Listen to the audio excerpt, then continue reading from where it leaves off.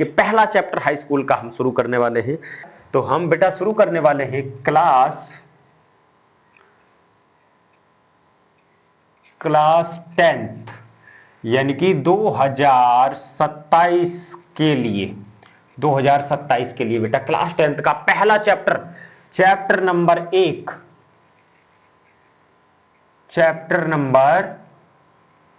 क्या नाम है? वास्तविक संख्याएं। क्या नाम है? वास्तविक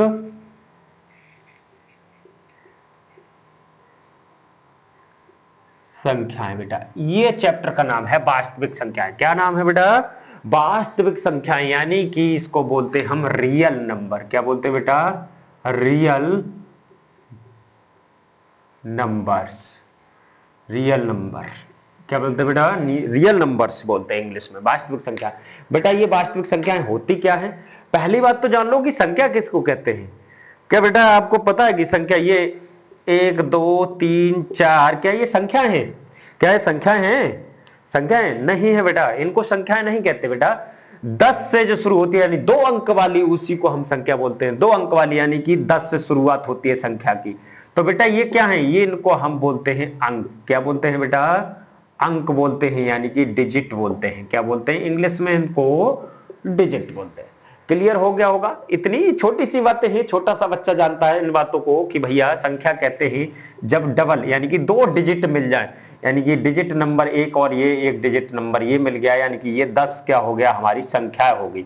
यानी कि 10 से शुरुआत हो जाती है हमारी संख्या की। किसकी बेटा? संख्या की। और ये 1 2 3 4 5 6 7 8 9 तक ये क्या रहते हैं? हमारे डिजिट, यानी कि क्या रहते हैं? डिजिट यानी कि अंक रहते हैं बेटा। क्या रहते हैं? अंक बोलते हैं इनको। ठीक है, जब भी डबल संख्या यानी डबल ट्रिपल फोर्थ अगर ये डिजिट मिल जाए आपस में तो बोल देते हैं उनको हम संख्याएं बोल देते हैं बेटा। ठीक है, बहुत प्यार से, बहुत आराम से, नरम दिल से चलेंगे बेटा, आराम से चलेंगे, ताकि तुम्हें वीडियो लंबी होएगी। अगर प्यार से नहीं समझे, अगर समझ में नहीं आया तो उस पढ़ाई का कोई फायदा नहीं, मुझे वीडियो बनाने का कोई फायदा नहीं, आप तक लेक्चर पहुंचाने का मेरा कोई फायदा नहीं होगा। ये हमारी वीडियो को भी लाइक शेयर और सब्सक्राइब किया करो बेटा, ये तुम्हारे देखो जिंदगी का सवाल है बेटा। ठीक है, बहुत प्यार से समझाने करेंगे, क्योंकि देखो देहात के हम हैं और देहात के ही बच्चे हमारी शायद वीडियो देखेंगे, तो वो बच्चे बड़े ध्यान से हमारे लेक्चर को सुने। और लेक्चर को जब भी हम कोई भी वीडियो रिकॉर्ड करके डाल रहे हैं तो उस वीडियो को बेटा आप पूरा देखा करो, पूरा देखा करो। अगर आधा अधूरा देखोगे तो कुछ भी समझ में नहीं आएगा। मैं पूरी प्रश्नावली की वीडियो डालूंगा, और पूरी प्रश्नावली नहीं, पूरे चैप्टर की ही वीडियो एक ही शॉर्ट में डालूंगा बेटा, एक शॉर्ट में पूरा, ताकि तुम्हें ये नहीं कि दूसरी वीडियो खोजनी पड़े कि 2 दिन बाद आएगी, 1 दिन बाद आएगी, 4 दिन बाद आएगी। यानी कि एक ही दिन में एक ही प्रश्नावली पूरी खत्म किया करेंगे, तो उससे अगली, उससे अगली, उससे अगली, ऐसे करके चले करेंगे बेटा। ठीक है, तो ये अंक और ये समझ गए होंगे। ठीक है बेटा, अंक और ये तो समझ में आ ही गया होगा मेरे हिसाब से, अंक और संख्या किसे कहते हैं बेटा। क्लियर है?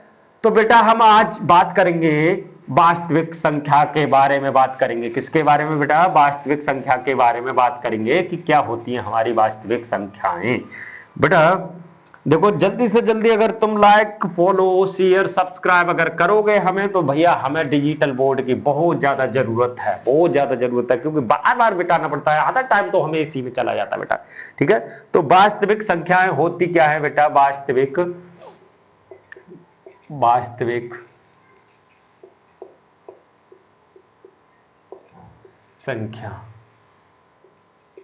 संख्याएं वास्तविक संख्याएं यानी कि रियल नंबर।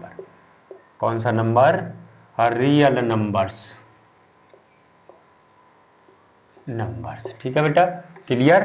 अभी जानेंगे हम संख्या के बारे में कि संख्या क्या होती है बेटा। तो संख्या होती है 2 प्रकार की संख्याएं होती है। संख्या क्या होती है?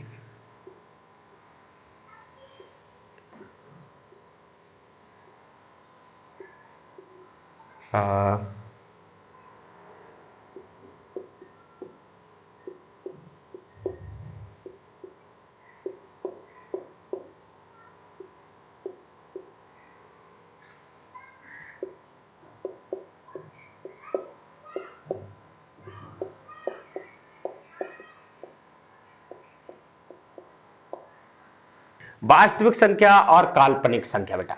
बहुत प्यार से समझेंगे कि वास्तविक संख्या भी दो टाइप की होती है। कौन सी होती है हमारी वास्तविक संख्याएं? बेटा वास्तविक संख्याएं भी हमारी दो टाइप की होती हैं। एक होती है हमारी परमेय संख्या और होती है अपरमेय संख्या। अपरमेय संख्या बेटा, काल्पनिक संख्या भी हम समझाएंगे कि काल्पनिक यानी इमेजिनरी नंबर क्या होती है। काल्पनिक संख्या को इंग्लिश में बोलते हैं इमेजिनरी। परमेय संख्या यानी रैशनल नंबर और अपरमेय संख्या यानी इर्रेशनल नंबर। परमेय संख्या क्या होती है हमारी? परमेय संख्या को जान लेते हैं कि बेटा हमारी p बटा q के रूप में जो संख्याएं होती हैं वो हमारी परमेय संख्या होती है। कंडीशन एक होती है कि q का मान 0 नहीं होना चाहिए। q का मान क्या नहीं होना चाहिए? 0। जैसे मान लो कि 4/5 और भी मतलब परमेय संख्या में हम कह सकते हैं और भी कंडीशन दे सकते हैं। यानी कि देखो ये p बटा q के रूप में है कि नहीं, यानी कि p की जगह पर 4 और q की जगह पर हमारा 5 ही, यानी p बटा q का रूप का है कि नहीं। यहाँ पे q का मान 0 नहीं है। अगर मान लो 4/0 होता तो ये परमेय संख्या नहीं है। परमेय संख्या नहीं है, यानी q का मान क्या हो गया? 0। यानी q की जगह पर क्या नहीं होना चाहिए? 0 नहीं होना चाहिए। दूसरी कंडीशन, और भी कंडीशन हम इसको बता सकते हैं कि सेटिस्फाई कर सकते हैं कि परमेय संख्या क्या होती है। परमेय संख्या वो होती है बेटा कि जिन संख्याओं का HCF 1 आए तो वो होती है हमारी परमेय संख्या। जैसे मान लो कि 4/5 ही मान लो, इनका अगर HCF निकालोगे तो देखो 4 किससे कटेगा? 4 एकम 4 और 5 खुद 5 से कटेगा, 5 एकम 5, यानी कि दोनों में कॉमन क्या है? 1। तो इनका HCF क्या आ गया बेटा? 1। HCF क्या आया? HCF आया है 1। तो इसका मतलब हम कह सकते हैं कि ये भी परमेय संख्या यानी कि अगर सहअभाज्य जो संख्याएं होंगी उनका HCF क्या आएगा? 1 आएगा। सहअभाज्य संख्याएं कैसी? सहअभाज्य संख्याएं, सहअभाज्य संख्याएं अगर होंगी, सहअभाज्य संख्या यानी दो संख्या कुछ भी, ऐसे 4/5 है तो वो सॉरी यही लिख देते हैं बार बार, कुछ और भी उदाहरण दे सकते हैं। अगर तुम कहोगे बेटा कि देखो मान लो कि चलो 4/5 नहीं के 2/4 के भाई ये इनके तो गुणनखंड हो सकते हैं, नहीं बेटा इसका भी HCF 1 ही आएगा। कैसे आएगा? देखो 2 एकम 2, 2 दूनी 4, यानी कि 1/2। अब बताओ ये किससे टूटेगा? 1 टूटेगा 1 गुणा 1 से और 2 टूटेगा 2 गुणा 1 से। ठीक है बेटा, तो देखो इसमें भी क्या कॉमन आ रहा है? 1। तो इसका HCF भी क्या हो गया हमारा? 1 हो गया। क्या हो गया बेटा? 1 हो गया। तो इसी को कहते हैं हम परमेय संख्याएं। क्या कहेंगे बेटा? परमेय संख्याएं। तो बात कर लेते हैं अपरमेय संख्याओं की। क्या अपरमेय संख्या हमारी क्या होती है? चलो अपरमेय संख्या के बारे में भी यहीं पे बता देते हैं सामने। अपरमेय संख्या क्या होती है बेटा? अपरमेय संख्या, तो बेटा अपरमेय संख्याएं वो होती हैं कि जो रूट के अंदर होती हैं। जैसे मान लो कि 2, जिसका रूट से अगर बाहर आ जाए कोई भी संख्या, अगर रूट के अंदर है और बाहर आ जाए बेटा तो वो परमेय संख्या होगी। हम बताएंगे कैसे। जैसे मान लो कि 4 है रूट के अंदर, ये 4 क्या होगा? 4 को हम लिख सकते हैं 2 गुणा 2, तो यानी कि पेयर बना इसका, तो पेयर बाहर आ जाता है, ये परमेय संख्या होगी। क्या होगी बेटा? परमेय संख्या होगी ये वाली। ठीक है। ये 2 है, रूट 3 है, ये बाहर नहीं आता भैया, ये बाहर नहीं आएंगी। ये वाली संख्या की रूट 2, रूट 3, रूट 5 है, रूट 7 है, ये संख्याएं क्या रूट से बाहर आएंगी? नहीं आएंगी। इनके गुणनखंड करके देख लो, ये रूट से बाहर नहीं आएंगी, यानी इन्हीं संख्याओं को बोलते हैं हम अपरमेय संख्या। बहुत अच्छे से समझ में आ गया होगा अपरमेय संख्या और परमेय संख्या बेटा। ठीक है, क्लियर है कि नहीं? कि अगर रूट के अंदर ऐसी संख्या हो कि उनके गुणनखंड करें और वो रूट से बाहर आ जाए, यानी कि रूट से देखो 4 है, 16 है, 4 चौक 16, मतलब आ जाएगी रूट से बाहर। ठीक है, 5 25, अगर 25 संख्या होती रूट के अंदर तो वो भी बाहर आ जाएगी, ये भी बाहर आ गई, तो ये भी कैसी होगी? हमारी परमेय संख्या। अब तुम कहोगे ये तो p बटा q का रूप नहीं हुआ भैया। अगर मान लो कोई कहने लग जाए कि ये 2 4 5 6 ये कैसी संख्याएं? भैया परमेय संख्या है। अब तुम कहोगे भैया सर जी तुमने तो ये बताया था कि p बटा q का रूप वाली परमेय संख्या होती है। हाँ जी बिल्कुल बेटा यही बताया था। तो इसमें भी बताओ 1 बटा में लगा दे तो कोई फर्क पड़ेगा? नहीं पड़ेगा, क्योंकि हर किसी के नीचे 1 छिपा हुआ रहता है। तो बेटा इसमें भी कोई फर्क नहीं पड़ा। 2/1 का मतलब 2 ही रहता है, 4/1 का मतलब भी 4 ही रहता है, 5/1 का मतलब भी वही रहता है, 6/1 का मतलब भी वही रहता है। मेरे हिसाब से आप समझ गए होंगे पी बट्टा क्यू का रूप, यानी कि ये परमेय संख्या होती है, और रूट के अंदर जो रूट से बाहर नहीं आ सकती वो संख्या हमारी अपरमेय संख्या होती है। ठीक है बेटा, क्लियर हो गया होगा मेरे हिसाब से। अब हम बात कर लेते हैं किसकी, काल्पनिक संख्याएं की। काल्पनिक संख्या यानी इमेजिनरी नंबर। इमेजिनरी नंबर क्या होते हैं बेटा, इमेजिनरी यानी काल्पनिक संख्या क्या होंगी हमारी, काल्पनिक संख्याएं बेटा वो होती है जैसे मान लो कि ये √-2, √-3, √-5, ऐसी संख्याएं क्या होंगी हमारी काल्पनिक संख्याएं, इमेजिनरी नंबर, जो कल्पना नहीं कर सकते वो ऐसी संख्याएं जो रूट के अंदर होंगी, माइनस में होंगी, और वो होंगी हमारी काल्पनिक संख्याएं। तो मेरे हिसाब से आप इतना समझ चुके होंगे वास्तविक संख्या यानी संख्या क्या होती है, वास्तविक संख्या और काल्पनिक संख्या। काल्पनिक वास्तविक संख्या दो प्रकार की, परमेय और अपरमेय। परमेय पी बट्टा क्यू का रूप, और अपरमेय बेटा रूट के अंदर जो रूट से बाहर नहीं आ सकती वो। परमेय संख्या का बहुत सारा उदाहरण हम दे चुके हैं यहाँ पे कि भैया सहअभाज्य संख्या उसका HCF 1 आता है, या पी बट्टा क्यू का रूप, क्यू का मान यहाँ पे 0 नहीं होना चाहिए।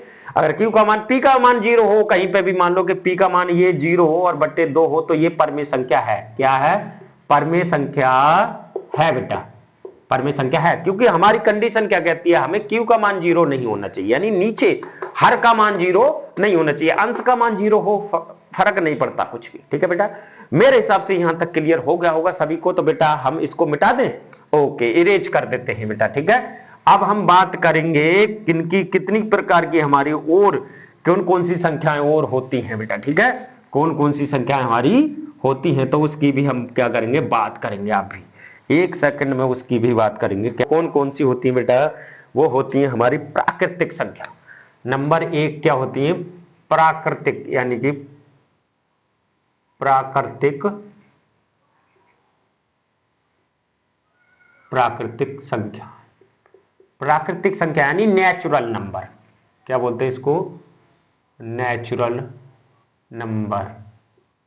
नेचुरल नंबर क्या होती है बेटा, देखो 1 से शुरुआत होती है, 1 2 3 4, जो हमारी गिनतियां होती हैं उन्हीं को हम क्या बोलते हैं, प्राकृतिक संख्या बोलते हैं। Dot dot dot dot dot dot dot यानी इन्फिनिटी तक, यानी अनंत तक जाती है, इनकी कोई सीमा नहीं है बेटा, कोई भी सीमा नहीं है। अब भाई 1 करोड़ 10 करोड़ कितना भी हो सकता है, तुम जितना एक और ऐड करते चले जाओ, आगे बढ़ती चली जाएंगी, ये कभी खत्म नहीं होने वाली संख्याओं को बोलते हैं हम प्राकृतिक संख्या। और 1 से शुरुआत होती है, सब समझ में आया कि नहीं, दिक्कत नहीं। तो हमारा दूसरा क्या होना चाहिए, दूसरा है हमारी पूर्ण संख्या। क्या होती है बेटा, पूर्ण संख्या क्या होती है, पूर्ण संख्याएं क्या होती है हमारी बेटा, बस इसमें 0 ऐड कर दो, 0 ऐड कर दोगे, 1 2 3 4 इन्फिनिटी तक जाती है ये भी, बस ये पूर्ण संख्या होती है। क्या बोलते हैं बेटा, इनको पूर्ण संख्या बोलते हैं। बस इसमें 0 ऐड कर दो प्राकृतिक संख्या में। तीसरे नंबर की संख्याओं पर, तीसरी नंबर की संख्या क्या है हमारी, पूर्णांक संख्या। क्या बेटा, पूर्णांक संख्याएं क्या होती है हमारी, पूर्णांक संख्याएं क्या होती है बेटा, पूर्णांक संख्याएं होती हैं कि ये प्लस और माइनस में दोनों तरफ चलती है बेटा। मान लो इधर 0 है और इधर चलेंगी तो ये -1 -2 और -3, और इधर चलेंगी प्लस में 1 2 3 और 4 और इन्फिनिटी तक ये भी जाती है, इधर भी इन्फिनिटी तक जाती है। पता नहीं कहां तक जाके, जितनी जरूरत हो उतनी आप लिख सकते हैं इन संख्या को। तो इनको बोलते हैं पूर्णांक संख्या, यानी कि प्लस और माइनस दोनों में चलती है बेटा। ठीक है, क्लियर, कोई दिक्कत परेशानी, कोई दिक्कत परेशानी नहीं हो रही होगी मेरे हिसाब से। इन तीनों संख्याओं को आप जान चुके होंगे। तो बेटा हम बात कर लेते हैं अगली, यानी कि चौथा नंबर, यानी कि सम संख्याएं। सम संख्याएं क्या होती है बेटा, सम संख्याएं क्या होती है बेटा, सम संख्याएं होती हैं 2 होती है, 4 होती है, यानी कि 6 8। तो ये है हमारी सम संख्याएं। कैसी हैं, सम संख्याएं, यानी इवन नंबर बोलते हैं, इवन नंबर बेटा। 5वां हम कर देते हैं विषम संख्याएं। विषम संख्याएं भी किससे, 2 2 के ऑर्डर से चलती है बेटा। देखो एक क्या है, या इसका खुद से ही कटे और 1 से कटे, समझ लो वही विषम संख्या है। विषम संख्या यानी कि 1 है, 3 है और 5 है और 7 है, इस ऑर्डर से चलेंगी बेटा, 2 2 के अंतराल से ये चल रही है, यानी कि ये कैसी है हमारी विषम संख्याएं। कैसी हैं बेटा, विषम संख्याएं बेटा। नंबर 6 की बात कर लेते हैं कि हम भाज्य संख्याएं क्या होती है बेटा, भाज्य संख्याएं क्या होती है बेटा, भाज्य संख्याएं होती हैं 4 6, 8, 10, 12, ये वाली संख्या कैसी होती है? भाज्य संख्या, यानी कि 2 के पहाड़े से कट जाए, 2 के टेबल से सभी विभाजित हो जाएं, और वही क्या होती है? हमारी भाज्य संख्या होती है। और तीसरा कह सकते हैं कि हम इनके गुणनखंड 3 आने चाहिए। जैसे मान लो 3 आने चाहिए, देखो 4 को ही ले लो, 4 के गुणनखंड कितने होंगे? देखो 2 गुणा 2 और गुणा 1, बेटा 4 एकम 4, 4 एकम 4, यानी कि 2 दूनी 4, 4 एकम 4, यानी कि 4 को तोड़ा तो ये टूटा। बेटा इसके गुणनखंड कितने आ गए? 1, 2, 3, यानी कि 3 गुणनखंड जिसके आ गए, समझ लो वो भाज्य संख्या है। क्या है बेटा? भाज्य संख्या है। बेटा क्लियर है कि नहीं? भाज्य संख्या है कि नहीं? तो भाज्य संख्या समझ गए होंगे, यानी कि 2 से कट जाए और उसके अगर गुणनखंड हमारे 3 गुणनखंड बन जाए, ठीक है, छोटी सी छोटी संख्या यानी कि उससे विभाजित हो जाए, यानी कि 2 से, और भैया हमारे क्या गुणनखंड उसके करे तो जो फैक्टर जो आए वो 3 आने चाहिए। कितने आने चाहिए बेटा? 3 आने चाहिए। क्लियर है? कोई दिक्कत परेशानी नहीं है। पहले कॉन्सेप्ट जानना बहुत जरूरी है। अगर कॉन्सेप्ट समझ गए तो सवाल तो ऐसे उड़ा दोगे हवा में, हर ये गया ये गया। समझने की कोशिश करो, ये ब्रेन अपनाना। बहुत इंटेलिजेंट है तुम लोग, बहुत इंटेलिजेंट हो बेवकूफो। अरे कोशिश तो करो, बस समझने की कोशिश करते रहो। ऐसी कोई चीज नहीं जिसको हम समझ नहीं सके बेटा। तो बेटा साथ में हम बात कर लेते हैं, किसकी बात कर लेते हैं? साथ में कर लेते हैं हम अभाज्य संख्याओं की। किसकी बेटा? अभाज्य संख्याओं की। अभाज्य संख्याएं क्या होती है बेटा? अभाज्य संख्याएं क्या होती हैं? अभाज्य संख्याएं जैसे एक को नहीं लिख सकते क्योंकि 3, 5, 7, 11 ऐसी संख्या कैसी अभाज्य संख्या आती है? यानी खुद से कटे और 1 से कटे। आप 3 बताओ किससे कटेगा? 3 एकम 3 है ना, 3 एकम 3, यानी कि 1 से कटेगा और 3 से कटेगा, तो वो हुए हमारी अभाज्य संख्याएं। क्या होती हैं? अभाज्य संख्याएं। यानी 3 खुद 3 एकम 3 और 1 से भी कटेगा, 1 तिया 3, 5 भी 5 एकम 5 और 1 से कट जाएगा 5 एकम 5, यानी कि उसके गुणनखंड सिर्फ 2 ही होने चाहिए। तो समझ लेना वो है हमारी अभाज्य संख्या। मेरे हिसाब से संख्याएं हमारी सब सारी बातें समझ गए होंगे, कोई दिक्कत यहां तक नहीं होगी। ठीक है बेटा, तो हम बहुत शॉर्ट में समझाने की कोशिश कर रहे हैं, ज्यादा तामझाम लेके नहीं चल रहे हैं कि ज्यादा तामझाम है क्या। तो बेटा उससे पहले देखो हम ओल्ड वाली एनसीईआरटी की किताबें पढ़ाएंगे और न्यू वाली, न्यू पैटर्न पे। बस अंतर क्या, अगर किसी ने ओल्ड वाली पढ़ ली तो वो न्यू वाली भी पढ़ चुका है, क्योंकि देखो 30% कोर्स कम कर रखा है न्यू वाली में। तो देखो उसमें ज्यादा प्रश्नावली आपको पढ़ने को मिलेंगे, उसमें थोड़ा सा कम मिलेगा पढ़ने को। उसमें 2-2 प्रश्नावली, 1 प्रश्नावली, 2 प्रश्नावली उड़ा दी होंगी मेरे हिसाब से। ठीक है, अभी हमारे पास बुक्स नहीं आई हैं, पुरानी बुक्स है, तो पुरानी बुक्स से ही क्या हम इसको पढ़ रहे हैं। ठीक है बेटा, हमारे यूट्यूब चैनल अभी पता नहीं आएगा कि नहीं आ रहा, सर्च में हमें नहीं पता। तो देखो आर के स्टडी नाम से हमारा है, आर के स्टडी नाम से, आर के स्टडी नाम से यूट्यूब चैनल। आप पता नहीं इस नाम से सर्च में आ रहा है कि नहीं। अगर इस नाम से नहीं आ रहा होगा तो अयांश स्टूडियो नाम से आ रहा होगा, अयांश स्टूडियो, क्योंकि पुराना नाम यही था, हमने नाम बदलकर ये वाला करा है बेटा, आर के स्टडी। अगर आर के स्टडी आएगा तो हमारे बच्चे का फोटो लगा हुआ है और उसमें देखो हम दिखाई देंगे रील्स वगैरह में, अगर दिख जाएगा तो बेटा चैनल को हमारे जो यूट्यूब चैनल है उसको सब्सक्राइब कर लेना, और जो नोटिफिकेशन आता है उसको ऑल का बटन दबा के चालू कर लेना उसको भी। ठीक है, ताकि हमारी वीडियो जो आएंगी, क्योंकि हम देहाती टीचर हैं और देहाती भाषा में समझाने के प्रयास करेंगे बहुत सिंपल प्यार से। तो यहां तक मेरे हिसाब से आप संख्याएं समझ गए होंगे। तो हम चलेंगे अब बेटा प्रश्नावली पर। एक ही प्रश्नावली एक ही वीडियो में हम खत्म कराने की कोशिश करेंगे। अभी कुछ फॉर्मूलाज वगैरह हैं तो उनको हम नोट करेंगे, उसके बाद चलेंगे बेटा। फॉर्मूला कुछ हैं उनको हम बताएंगे, उसके बाद प्रश्नावली को शुरू करेंगे हम बेटा। उस फॉर्मूला से हम आपको क्वेश्चन कराने की कोशिश करेंगे कि भैया क्वेश्चन क्या होते हैं। वीडियो बेशक लंबी होगी, कोई दिक्कत नहीं, बने रहना। चुट्टाओ, तुम्हें बता रहा हूं चुट्टाओ, मेरी वीडियो को ध्यान देकर सुन लो। सच बात बताएं तो मिटाने में बहुत टाइम जाता है, फिर बेटा सवाल पहले लिखना पड़ता है इस पर, काहे को, क्योंकि लिखने में समय व्यर्थ ना हो। तो इससे अच्छा है कि आप हमारी वीडियो को लाइक करें, शेयर करें और सब्सक्राइब कर दिया करें, ताकि तुम्हारे एक लाइक से हमारा मोटिवेशन बढ़ेगा, हमें मतलब लालसा बढ़ेगी कि वीडियो बनाएं। कुछ फॉर्मूलाज है बेटा, फॉर्मूला है कुछ। क्या फॉर्मूला है? देखो बेटा, एक फॉर्मूला अगर आपने याद कर लिया तो ये सारे फॉर्मूला उसी फॉर्मूला के आधार पर बन जाएंगे, यानी कि भाज्य बराबर भाजक गुणा भागफल प्लस शेषफल। अब बेटा आपको बता दें कि भाजक क्या होता है, भाज्य क्या होता है, और भागफल और यानी कि शेषफल क्या होता है बेटा। तो बेटा देखो, इसको अगर मान लो कि यहां पर कोई भी 9 है, अगर मान लो 9 है, चलो 8 मान लेते हैं कि भैया 8 है, ठीक है बेटा 8। और बेटा यहाँ मान लो कि हम दे देते हैं 3 से, तो 3 दूनी 6 बार जाएगा यहाँ पे, और 3 दूनी 6 और बचेगा 2। तो बेटा ये था हमारा भाज्य, क्या बोलते हैं, भाज्य। और बेटा ये है हमारा भागफल, क्या है बेटा, भागफल। और ये होता है हमारा यानी कि रिमाइंडर यानी कि शेषफल। क्या वो होता है बेटा, ये शेषफल होता है। क्या होता है बेटा, शेषफल। और ये होता है हमारा, क्या होता है बेटा, भाजक। ये भाजक बोलते हैं, इस संख्या को बोलते हैं हम भाजक। बेटा समझ में आ गया होगा, भागफल, भाजक, भाज्य और शेषफल, यानी कि चारों चीजें 1 2 3 चारों चीजें हमें समझ में आ गई होंगी। 1 2 3 4 चारों चीजें हमें समझ में आ गई होंगी। अगर एक फॉर्मूला अगर ये याद हो गया तो इसी से सारे फॉर्मूले बन जाएंगे। मान लो कि हमें अभी भाजक, भाज्य का फॉर्मूला ये है, भाजक गुणा भागफल और प्लस शेषफल। अब मान लो हमें इस भाजक का फॉर्मूला चाहिए, तो बेटा देखो ये तो गुणा में है, तो ये तो चला जाएगा इसके बटे में। जैसे मान लो कि हमें इसका भाजक का चाहिए, अभी इसको हम नहीं देख रहे कि ये फॉर्मूला क्या है, इसका फॉर्मूला चाहिए भाजक, तो भाजक का फॉर्मूला चाहिए बेटा, तो भाजक का चाहिए, बाकी सारी चीजों को इधर लाना पड़ेगा।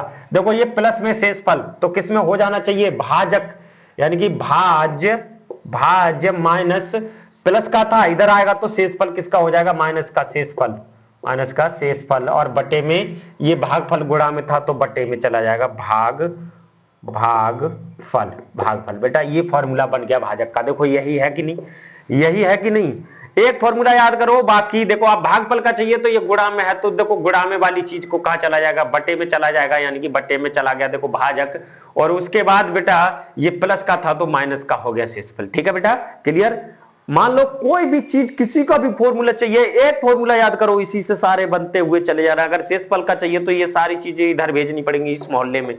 अब जो गुणा में होती है वो बटे में जाती है, और जो प्लस माइनस की होती है वो बेटा प्लस की होगी तो इधर आएगी तो माइनस की, और माइनस की होगी तो प्लस की, यानी कि चिन्ह बदल कर जाते हैं। ठीक है, तो सारे फॉर्मूले मेरे हिसाब से ये समझ गए होंगे। एक फॉर्मूला याद करने की जरूरत है, बाकी कोई जरूरत है नहीं बेटा। तो बेटा ये फॉर्मूला हमारा काम का फॉर्मूला है, ये इक्वल्ड विधि से, इक्वल्ड प्रमेय से पूछता है, क्या पूछता है, इक्वल्ड प्रमेय से एचसीएफ और एलसीएम इसी से निकलता है, एचसीएफ और एलसीएम इसी से निकलता है। एचसीएफ अगर बात करें तो इसी से निकलेगा। ठीक है बेटा, एचसीएफ इक्वल्ड विधि, इक्वल्ड प्रमेय। अब इसमें तुम्हें पता है कि बेटा ये ए क्या है, ए हमारा क्या होता है, ए जो अंदर वाला पार्ट होता है, यानी कि ए बी, ए वाला पार्ट जो भाजक जो होता है उसको हम बी बोलते हैं, इसको हम ए बोलते हैं, और इसको हम क्यू बोलते हैं, और इसको शेषफल को हम आर बोलते हैं, यानी कि रिमाइंडर बोलते हैं। ठीक है बेटा, रिमाइंडर यानी जो शेषफल होता है उसको आर, इसको क्यू, और इसको ए बोलते हैं, और इसको बी बोलते हैं। बेटा इतना याद रखना बेटा। और अगर ये याद हो गया तो बस यहाँ पे फॉर्मूला पुट करना होता है, यानी कि वैल्यूज पुट करनी होती हैं, और हमारा एचसीएफ हमारा निकल जाता है। तो हम अभी ये क्वेश्चन बताने वाले हैं, इस टाइप का क्वेश्चन बताने वाले हैं इक्वल्ड प्रमेय से कि एचसीएफ कैसे निकलता है, एचसीएफ कैसे फाइंड होता है, तो उसको भी उसके ऊपर चलेंगे अभी। तो छठा फॉर्मूला हम देख लेते हैं कि दो संख्याओं का गुणनफल, यानी कि कोई भी दो संख्या उसका गुणनफल होगा उसके लासा और मासा के बराबर। किसके बराबर, उन संख्याओं का लासा मासा जो निकलेगा और उन संख्याओं का गुणनफल का जो आंसर होगा वो बराबर होगा। अब जैसे मान लो कि इधर कोई भी संख्या ले लो, तुम मान लो कि 4 गुणा 5 ले लिया हमने, अरे ये दो संख्या ले ली, यानी कि मान लो एक संख्या हमारी a है और दूसरी संख्या हमारी b है। अगर इनका गुणनफल किसके बराबर होगा, इन संख्याओं का लासा और मासा के बराबर, यानी कि बराबर होगा एचसीएफ गुणा एलसीएम। समझ में आई कि नहीं बात बेटा। अगर मान लो कोई एग्जांपल उदाहरण ले, तो उदाहरण क्या हो सकता है, जैसे मान लो हमने 4 गुणा 8 ले लिया। अब ये जो दो संख्याएं, एक पहली संख्या ये है और दो संख्या ये है, यानी कि इनका गुणनफल कितना होगा बेटा? इनका गुणनफल तो हो जाएगा 32, 4 अट्ठे 32। ठीक है बेटा, क्लियर यहां तक? इनका एचसीएफ और एलसीएम क्या होगा? मान लो एचसीएफ निकाल लेते हैं, इसका एलसीएम 4 को तोड़ोगे तो ये 4 टूट जाएगा, 4 टूट जाएगा, 4 टूटेगा, किस में टूटेगा बेटा? 4 टूटेगा 2 गुणा 2। ठीक है बेटा, 8 किस में टूट जाएगा हमारा? 2 गुणा 2 गुणा 2 इसमें। तो इसका एचसीएफ क्या होगा बेटा? 4 होगा। कितना होगा? 4 होगा। कितना होगा? एचसीएफ 4 होगा। अब बेटा 4 होगा एचसीएफ, यानी कि ये तो एचसीएफ निकला है। क्या निकला है? एचसीएफ। ठीक है बेटा, अब बेटा हम क्या निकालेंगे? इसका एलसीएम भी निकालेंगे। तो एलसीएम इसका कितना हो जाएगा? एलसीएम निकाल देते हैं हम, यानी कि पहली संख्या दूसरी संख्या एक फॉर्मूला से ही निकाल देते हैं डायरेक्ट, इतना तोड़ ताड़ी करने की कोई जरूरत है नहीं। तो बेटा एलसीएम, इसका एलसीएम हो जाएगा 4 अट्ठे 32 और बट्टे में 4, यानी कि 4 एकम 4 अट्ठे 32, यानी कि एलसीएम हो गया इनका 8। कितना हो गया बेटा? 8। देखो हमने क्या बताया था कि इन संख्याओं का गुणनफल बराबर होगा एचसीएम और एलसीएम, गुणा करके लिख देना। तो एचसीएफ कितना निकला? 4 और एलसीएम कितना निकला हमारा? 8। तो इनको भी गुणा करके लिख देंगे तो समझ लो 32 बराबर 32 हो जाएगा। समझ में आया कि नहीं? कोई दिक्कत परेशानी? कोई दिक्कत परेशानी नहीं। तो बेटा चलते हैं सवाल की ओर। अगर स्क्रीनशॉट इसका लेना है तो लो मैं हट जाता हूं, स्क्रीनशॉट लेकर चलते हैं नए साथ। तो मेरे प्यारे बच्चों एक सवाल हम ले लेते हैं। हमने जो बताया था कि छठे फॉर्मूला से, यानी कि इक्वल्ड विभाजन प्रमेय से एचसीएफ निकालो। सबसे पहले बेटा हम इस सवाल को हल करने से पहले इसका फॉर्मूला लिख लेते हैं। किसका? यूक्लिड विभाजन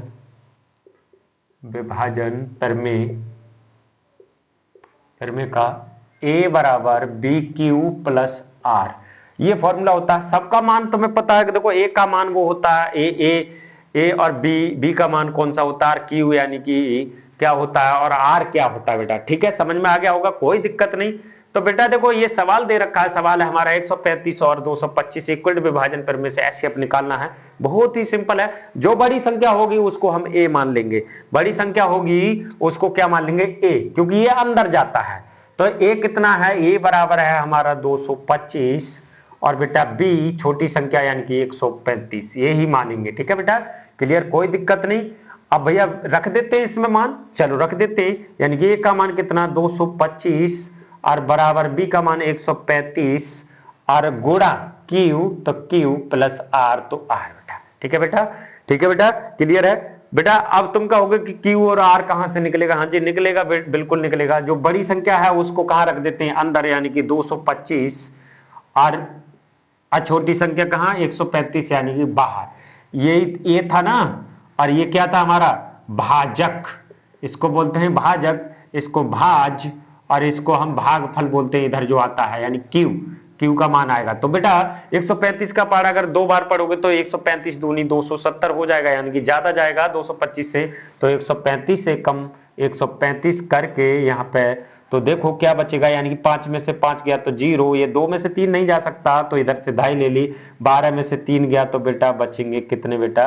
12 में से 3 गया तो 9 बचेंगे, और यहाँ रह गया 1 में से 1 गया 0, यानी कि शेषफल कितना आया अपना? आर का मान कितना आया? 90 और क्यू का मान कितना आया जी? 1। तो रख देते हैं 225 135 गुणा 1, क्यू का मान 1 और प्लस आर का मान कितना आया? 90 बेटा। ठीक है, क्लियर? कोई दिक्कत परेशानी? अब बेटा क्या होता है कि 135 कहां आ जाएगा? यहां, और 90 कहां आ जाएगा? 135 की जगह पे। यही प्रोसेस दोहराया जाता है हर सवाल में, यही प्रोसेस दोहराया जाएगा बेटा जब भी कोई इस टाइप का सवाल पूछा जाए। और जब तक हल करेंगे हम, जब तक हल करेंगे कि आर का मान 0 ना आ जाए, से भाग देनी है किस में? 225 में। तो भैया 135 से 225 में भाग दे दो, 225 में और सॉरी 135 90 से भाग किस में देनी है? 35 में। 135 में किस में बेटा? 135 में। भैया दे दो, 135 में भाग दे दो। तो भैया 90 दूनी 180 हो जाएंगे, 180 होंगे ना, तो बेटा ज्यादा जाएगा तो 90 एक कम 90 हो जाएगा। तो यहां बचेगा कितना? 10 और 35 45। कितना बचेगा बेटा? 45। क्लियर है बेटा?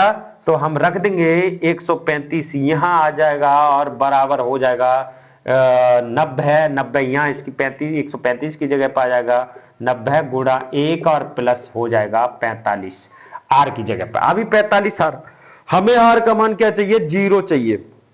जब भी 0 आ जाएगा समझ लेना, आर का मान 0 आ जाए यानी कि शेषफल 0 आ जाए, समझ लेना वही हमारा सवाल हल हो जाता है। अब मान लो आप 90 मतलब किस में 90 में भाग देंगे, किससे देंगे? 45 से। किससे बेटा? 45 से। तो 45 दूनी होते हैं हमारे 90, तो यहां आ जाएगा 0। आर का मान क्या आ गया बेटा? 0। तो 90 कहां आ जाएगा? यहां, और यहां आ जाएगा बेटा ये 45 गुणा 1 और प्लस आर का मान कितना आ गया? अब 0 आया तो 0 रख देंगे। कितना आ गया? 0। यही हमारा हल मिल चुका है हमें बेटा। तो बेटा कुछ नहीं करना, बस इधर से 3 अंक गिन देना, जो तीसरे नंबर पर जो अंक होगा यानी कि संख्या होगी, और वही क्या होगा? हमारा एचसीएफ होगा। तो यानी कि 1 और 2 और तीसरे नंबर पर क्या है? 45। तो यही हो जाएगा हमारा एचसीएफ। तो हमारा एचसीएफ कितना आया जी? 45। कितना आ गया जी? 45। बेटा समझ में आ गया होगा। कोई दिक्कत परेशानी, अगर कोई दिक्कत परेशानी हो तो एक सवाल और ले लेंगे, और कोई फर्क नहीं पड़ता हमें। एक सवाल और ले लेंगे तो मिटा देते हैं बेटा। तो अगले सवाल की तरफ चलते हैं। इसको नोट करना है तो कर लो नोट, कोई दिक्कत परेशानी नहीं है, कोई दिक्कत परेशानी नहीं है। हाँ जी बेटा, तो मैंने एक सवाल और ले लिया है आपके कहने से बेटा, कि एक सवाल और क्या भैया, थोड़ा सा समझने की कोशिश करेंगे कि एक सवाल है क्या। तो बेटा यूक्लिड विभाजन से इसका भी हल करना है हमें। तो बेटा क्या फॉर्मूला था यूक्लिड विभाजन प्रमेय का? क्या फॉर्मूला था? ए बराबर बी क्यू प्लस आर। तो बेटा हमने एक इसको माना था, जो बड़ी संख्या क्या है ये 38,220, और बी क्या है हमारा 196। तो बेटा रख देते हैं इस फॉर्मूला में, यानी कि 38,220 बराबर बी यानी कि 196 और गुणा क्यू का मान अभी नहीं आया तो क्यू और प्लस आर, तो आर बेटा। तो कोई दिक्कत परेशानी नहीं। तो हम क्या करेंगे? छोटी संख्या से भाग दे देंगे बड़ी संख्या, यानी कि 38,220 में भाग देंगे। किससे देंगे?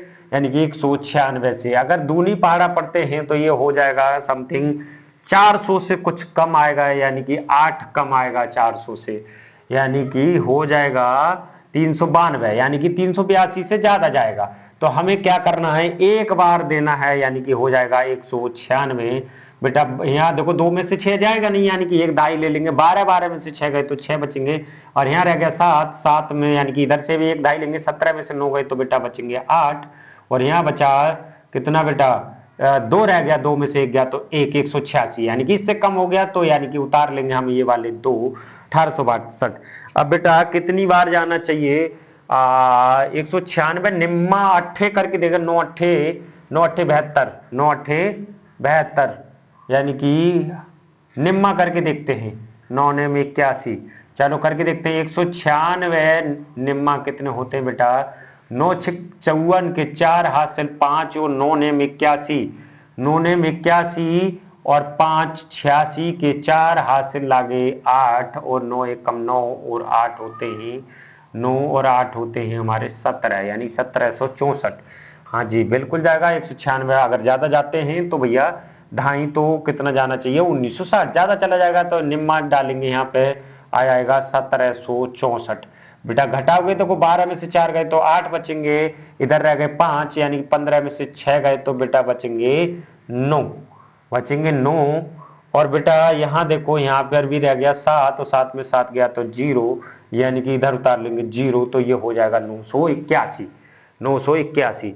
बेटा 9 6 पंजे 30, हाँ जी 5 से, अगर 5 से गुणा करोगे 196 पंजे, 196 पंजे करोगे तो 5 36 हासिल बचा 3, और 5 ने 45 और 3 48 के 8 हासिल बचे 4, 5 एकम 5 4 9। हाँ जी बिल्कुल बेटा कट रहा है, यानी कि 5 से अगर भाग दे रहे हैं तो 980 हो रहा है बेटा, अगर ये 0 हो गया, यानी कि आर का मान क्या आ गया? 0। देखो ज्यादा हल करने की जरूरत भी नहीं पड़ी सवाल को, ठीक है, ज्यादा हल करने की जरूरत नहीं पड़ी, क्योंकि जहां तक हल हो रहा है वहां तक, आप तुम कहोगे पिछले वाले सवाल में तो ये करा था, नहीं बेटा जहां तक हल हो रहा है वहां तक तो हल करेंगे ना। है ना। जहां तक हमारी भाग हल हो रही है वहां तक तो हल करेंगे ना। तो बेटा यहां पर हमारा आर का मान क्या मिल गया, हमें 0 मिल गया, और क्यू का मान हमें मिल गया 195, और बेटा ये ए बी का मान था और ये वाला अंदर वाला एक का मान है, तो वो सारे मान हमने रख दिए हैं, प्रॉब्लम नहीं। यानी कि क्या 38 220 भाग 196, अब गुणा क्यू का मान 195 और प्लस आर का मान क्या रख दें 0। अब गिन लो बेटा 1 2 3, यानी तीसरे नंबर पे ये आ रहा है एचसीएफ बराबर क्या हो गया बेटा, एचसीएफ बराबर हो गया 196। ठीक है बेटा, ठीक है, नोट करना है। अगर किसी को समझ में नहीं आया हो तो बेटा कमेंट में हमसे पूछ सकते हो। तो अब हम ओल्ड एनसीईआरटी की प्रश्नावली नंबर 1 शुरू करने वाले हैं। हाँ जी, तो मेरे प्यारे बच्चों आ गए हैं प्रश्नावली की ओर, यानी कि प्रश्नावली हमारी 1.1 बेटा। तो सवाल नंबर पहला क्या कह रहा है, निम्नलिखित संख्याओं को अभाज्य गुणनखंडों के गुणनफल के रूप में व्यक्त कीजिए। यानी कि कह रहा है निम्नलिखित संख्याओं के अभाज्य गुणनखंड करने हैं और गुणनफल के रूप में लिख देने। यानी कि गुणनखंड यानी संख्या को तोड़ना, यानी फैक्टर करने बेटा, क्या करने, फैक्टर करने, और उन फैक्टरों को गुणा करके लिख देना है। जैसे मान लो कि ये 20 है, 20 है, अगर इसको तोड़ोगे तो 2 एकम 2 यानी कि 0, 2 पंजे 10 और 5 एकम 5, ये फैक्टर करे इसके 5 एकम 5, ये फैक्टर करे और इसको क्या करा हमने गुणा करके लिख दिया, यानी कि 2 गुणा 5। ठीक है बेटा, आई इसको ऐसे भी लिख सकते हैं, 2 गुणा 2 को 2 की पावर 2 गुणा 5, ऐसे करके लिखवा रहा है। ठीक है बेटा, बहुत ही सिंपल है, कोई दिक्कत नहीं। तो बेटा इसमें 4-5 सवाल दे रखे, बहुत सरल सरल सवाल है। यानी 140 को तोड़ना है हमें और उसके गुणन फैक्टर करने हैं, फैक्टर करके उसके गुणा करके हमें लिख देने हैं। अब बेटा 156 को भी तोड़ना है, गुणन इसके मतलब फैक्टर करने हैं, फैक्टर करके जो फैक्टर जो आएंगे उनको हम गुणा करके लिख देंगे, आसान है। ऐसे 38-25 मतलब 5005 को भी आराम से हम लिख देंगे, 74-29 यानी कि इसको भी हम फैक्टर करके आराम से लिख देंगे। तो ठीक है बेटा, तो पहला सवाल क्या है हमारा 140 के फैक्टर करो बेटा, इधर कर लो 140 के फैक्टर, बताओ। देखो अगर लास्ट में ये तोड़ने की चीज बता देता हूं मैं, लास्ट में 0 हो या सम संख्या हो, वो सम संख्या से ही कटेगा। जैसे 2 हो, 2 के टेबल से अगर कोई भी संख्या कट रही हो, इधर लास्ट वाला अंक देखना है तुम्हें, कौन सा वाला, लास्ट वाला अंक। अब यहाँ पे 0 है, 0 हमेशा 0 जिस संख्या में आएगा वो 2 से कट जाता है बेटा। ठीक है, क्लियर, 2 से कट जाता है, तो इसका मतलब ये भी 2 से कटेगा। और कोई भी जैसे मान लो 8 4 10 कुछ भी हो, ये 2 से कट रही हूं, अगर 2 के टेबल में ये वाली संख्या आती है तो समझ लेना लास्ट वाला अंक देखना, सिर्फ लास्ट वाला। अगर लास्ट वाले अंक में ये चीजें आती हैं और ये 2 के टेबल से कट रही हैं, तो इसका मतलब वो पूरी संख्या हमारी 2 के टेबल से कट जाएगी। ये याद रखना बेटा, बहुत ही मतलब ट्रिक है ये काटने की, बस इतना टाइम नहीं लगाना पड़ेगा कि किससे कट रहा किससे कट रहा, नहीं। विषम संख्या होगी तो विषम संख्या वालों से कटेगा, जैसे 3 है, 3 5 और 7, ऐसे उन संख्याओं से कटेगा। ठीक है, क्लियर, कोई दिक्कत परेशानी इसमें। तो चलो इसके गुणनखंड कर ही देते हैं कि गुणनखंड क्या होंगे बेटा, ये 2 से कट जाएगा, यानी कि 2 सत्ते 14 और 0 का 0, और हमेशा 2 से अगर कोई भी संख्या कट रही है तो वो उस संख्या की आधी होती चली जाती है। ठीक है, ये देख लेना, अगर आधी नहीं हो रही है तो समझ लेना तुम गलत काट रहे हो इसको, मतलब गलत फैक्टर कर रहे हो उसके। ठीक है, तो ये अभी भी 2 से कट जाएगा, जब तक ये 0 रहेगा तब तक 2 से कटेगा, यानी कि 2 3 6 करेंगे, 1 बचेगा, यहाँ इसके आगे मान लेंगे तो ये 10 हो जाएगा, 2 पंजे 10 बेटा। अब ये 35 किससे कट रहा है बेटा, ये 5 से कट रहा है, 5 सत्ते 35, 5 सत्ते 35 या 7 से काट सकते थे, तो 7 एकम 7 बेटा। अब ये जो आया है यही उत्तर है, इसको गुणा करके लिख दो फैक्टर को। तो पहला सवाल का उत्तर क्या होगा, 2 गुणा या 2 की पावर 2 लिख सकते हैं। ठीक है बेटा, 2 की पावर 2 गुणा 5 गुणा 7, 2 की पावर 2 इसलिए लिख दिया कि 2 बार है, तो 2 की पावर 2। ठीक है बेटा, क्लियर, कोई दिक्कत परेशानी। यानी पहला सवाल हो गया। दूसरा सवाल करेंगे हम, दूसरा सवाल का उत्तर क्या होगा 156, इसको भी तोड़ लो 156 बेटा। ये देखो 6 2 से टूट रहा है, लास्ट वाला अंक देखो 2 से टूट रहा है, इसका मतलब ये 2 का फैक्टर होगा। तो बेटा 15 को काटोगे 2 सत्ते 14, एक बच्चा 2 अट्ठे 16, यानी एक यहां रख दिया तो 16 हो गए, 2 अट्ठे 16, अभी भी 2 से कट जाएगा तो क्या कटेगा बेटा, 2 3 6, एक बच्चा 2 नेम 18, अब 2 से नहीं कटेगा, 3 से कट जाएगा, 3 एकम 3 3 3 9, अब ये 13 से कटेगा, 13 एकम 13 बेटा। आई यही जो आया है यही आंसर है। तो क्या आया, 2 की पावर 2 गुणा 3 गुणा 13, यही इसका आंसर हो गया बेटा, राइट आंसर। ठीक है बेटा, ओके, कोई दिक्कत परेशानी यहां तक नहीं हो रही होगी। तो बेटा अगला सवाल, तीसरा सवाल क्या है, 38 25, इसके भी फैक्टर करने हैं और गुणा करके लिख देना है। तो बेटा 38 25 के फैक्टर क्या होंगे, 38 25, देखो बेटा इधर वाला अंक देखो, लास्ट वाला अंक कैसा है, विषम संख्या, इसका मतलब ये विषम संख्या से ही कटेगा। देखो 3 से कटेगा या 5 से कटेगा। ठीक है, आइए देख लो, मतलब 3 के पारे में 3 पंजे 15 यानी 15 आता है, तो देख लो 3 एकम 3 करेंगे, यहाँ पे कितना बचेगा, 3 एकम 3 करेंगे, कुछ नहीं बचा यहाँ पर, 3 दूनी 6 करेंगे, यहाँ 2 बचेगा, 2 22 हो गए, 3 सत्ते 21, यानी 3 से ये कट रहा है, किससे कट रहा है, 3 से ये कट रहा है। तो देखो 3 एकम 3 करेंगे, 3 दूनी 6 करेंगे, 2 बचेंगे, 22 हो जाएंगे, 3 सत्ते 21 हो जाएगा, 1 बचेगा 15, 3 पंजे 15 बेटा। ठीक है, अब देखो 3 से कट रहा है, 3 चौक 12 और 3 एकम 3, अभी भी 3 से कट रहा है, देखो 3 चौक 12 करेंगे यहाँ पे, और बेटा कुछ नहीं बचा यहाँ पर, 3 दूनी 6, 1 बचेगा, फिर 15 हो जाएंगे, 3 पंजे 15। अब ये 3 से नहीं कट रहा बेटा, 3 से कटेगा क्या, 3 एकम 3, 1 बच्चा, 3 चौक 12 नहीं कट रहा, 3 से, 5 से, 5 अट्ठे 40, 2 हाँ जी 5 से कट रहा है, किससे, 5 से, तो 5 अट्ठे 40, कितना बच्चा, 2 बच्चा, 25 हो जाएंगे, 5 25 बेटा। ठीक है, 5 25, फिर 5 से कट रहा है कि, हाँ जी 5 से कट रहा है, 5 एकम 5, 3 बचेंगे, 35 हो जाएगा, 5 सत्ते 35। अब ये 17 खुद 17 से कटेगा बेटा, 17 एकम 17, और यही इसका क्या हो गया, आंसर हो गया। 3 की घात कर देंगे 2, 3 की घात 2 गुणा 5 की घात भी कर देंगे हम 2 गुणा 17, तो 17, यही इसका आंसर हो गया बेटा। ठीक है बेटा, क्लियर, यही इसका आंसर हो गया। और इसी प्रकार हम चौथे सवाल को करेंगे बेटा। चौथा सवाल क्या है, इधर थोड़ा सा मिटा दे, हम इधर मिटा दे बेटा, कोई दिक्कत परेशानी, इसको मिटा देते हैं। तो पांचवा सवाल यही कर लेते हैं बेटा, 5005 बेटा। इसको देखो विषम संख्या है, इसका मतलब विषम संख्या से कटेगा, शायद 5 से ही कटेगा, 5 से ही कटेगा, 5 एकम 5, 00 तो 00 और 5 एकम 5 बेटा। ठीक है, अब बेटा देख लो ये किससे कटेगा, ये कट जाएगा क्या, 3 से मतलब 5 से कटेगा क्या, 5 दूनी 10, 0 का 0 नहीं, 5 से नहीं कटेगा बेटा, ये क्या 11 से कटेगा, 11 नेम 99, हाँ जी बेटा 11 से कट रहा है, देखो 11 नेम 99 करेंगे यहाँ पे, और 1 बचेगा, फिर यहाँ 11 हो जाएगा, 11 एकम 11 बेटा। अब बेटा फिर 11 से कट रहा है क्या, नहीं कट रहा है बेटा, 11 से नहीं कट रहा है, यानी कि 13 से, 13 सत्ते 91,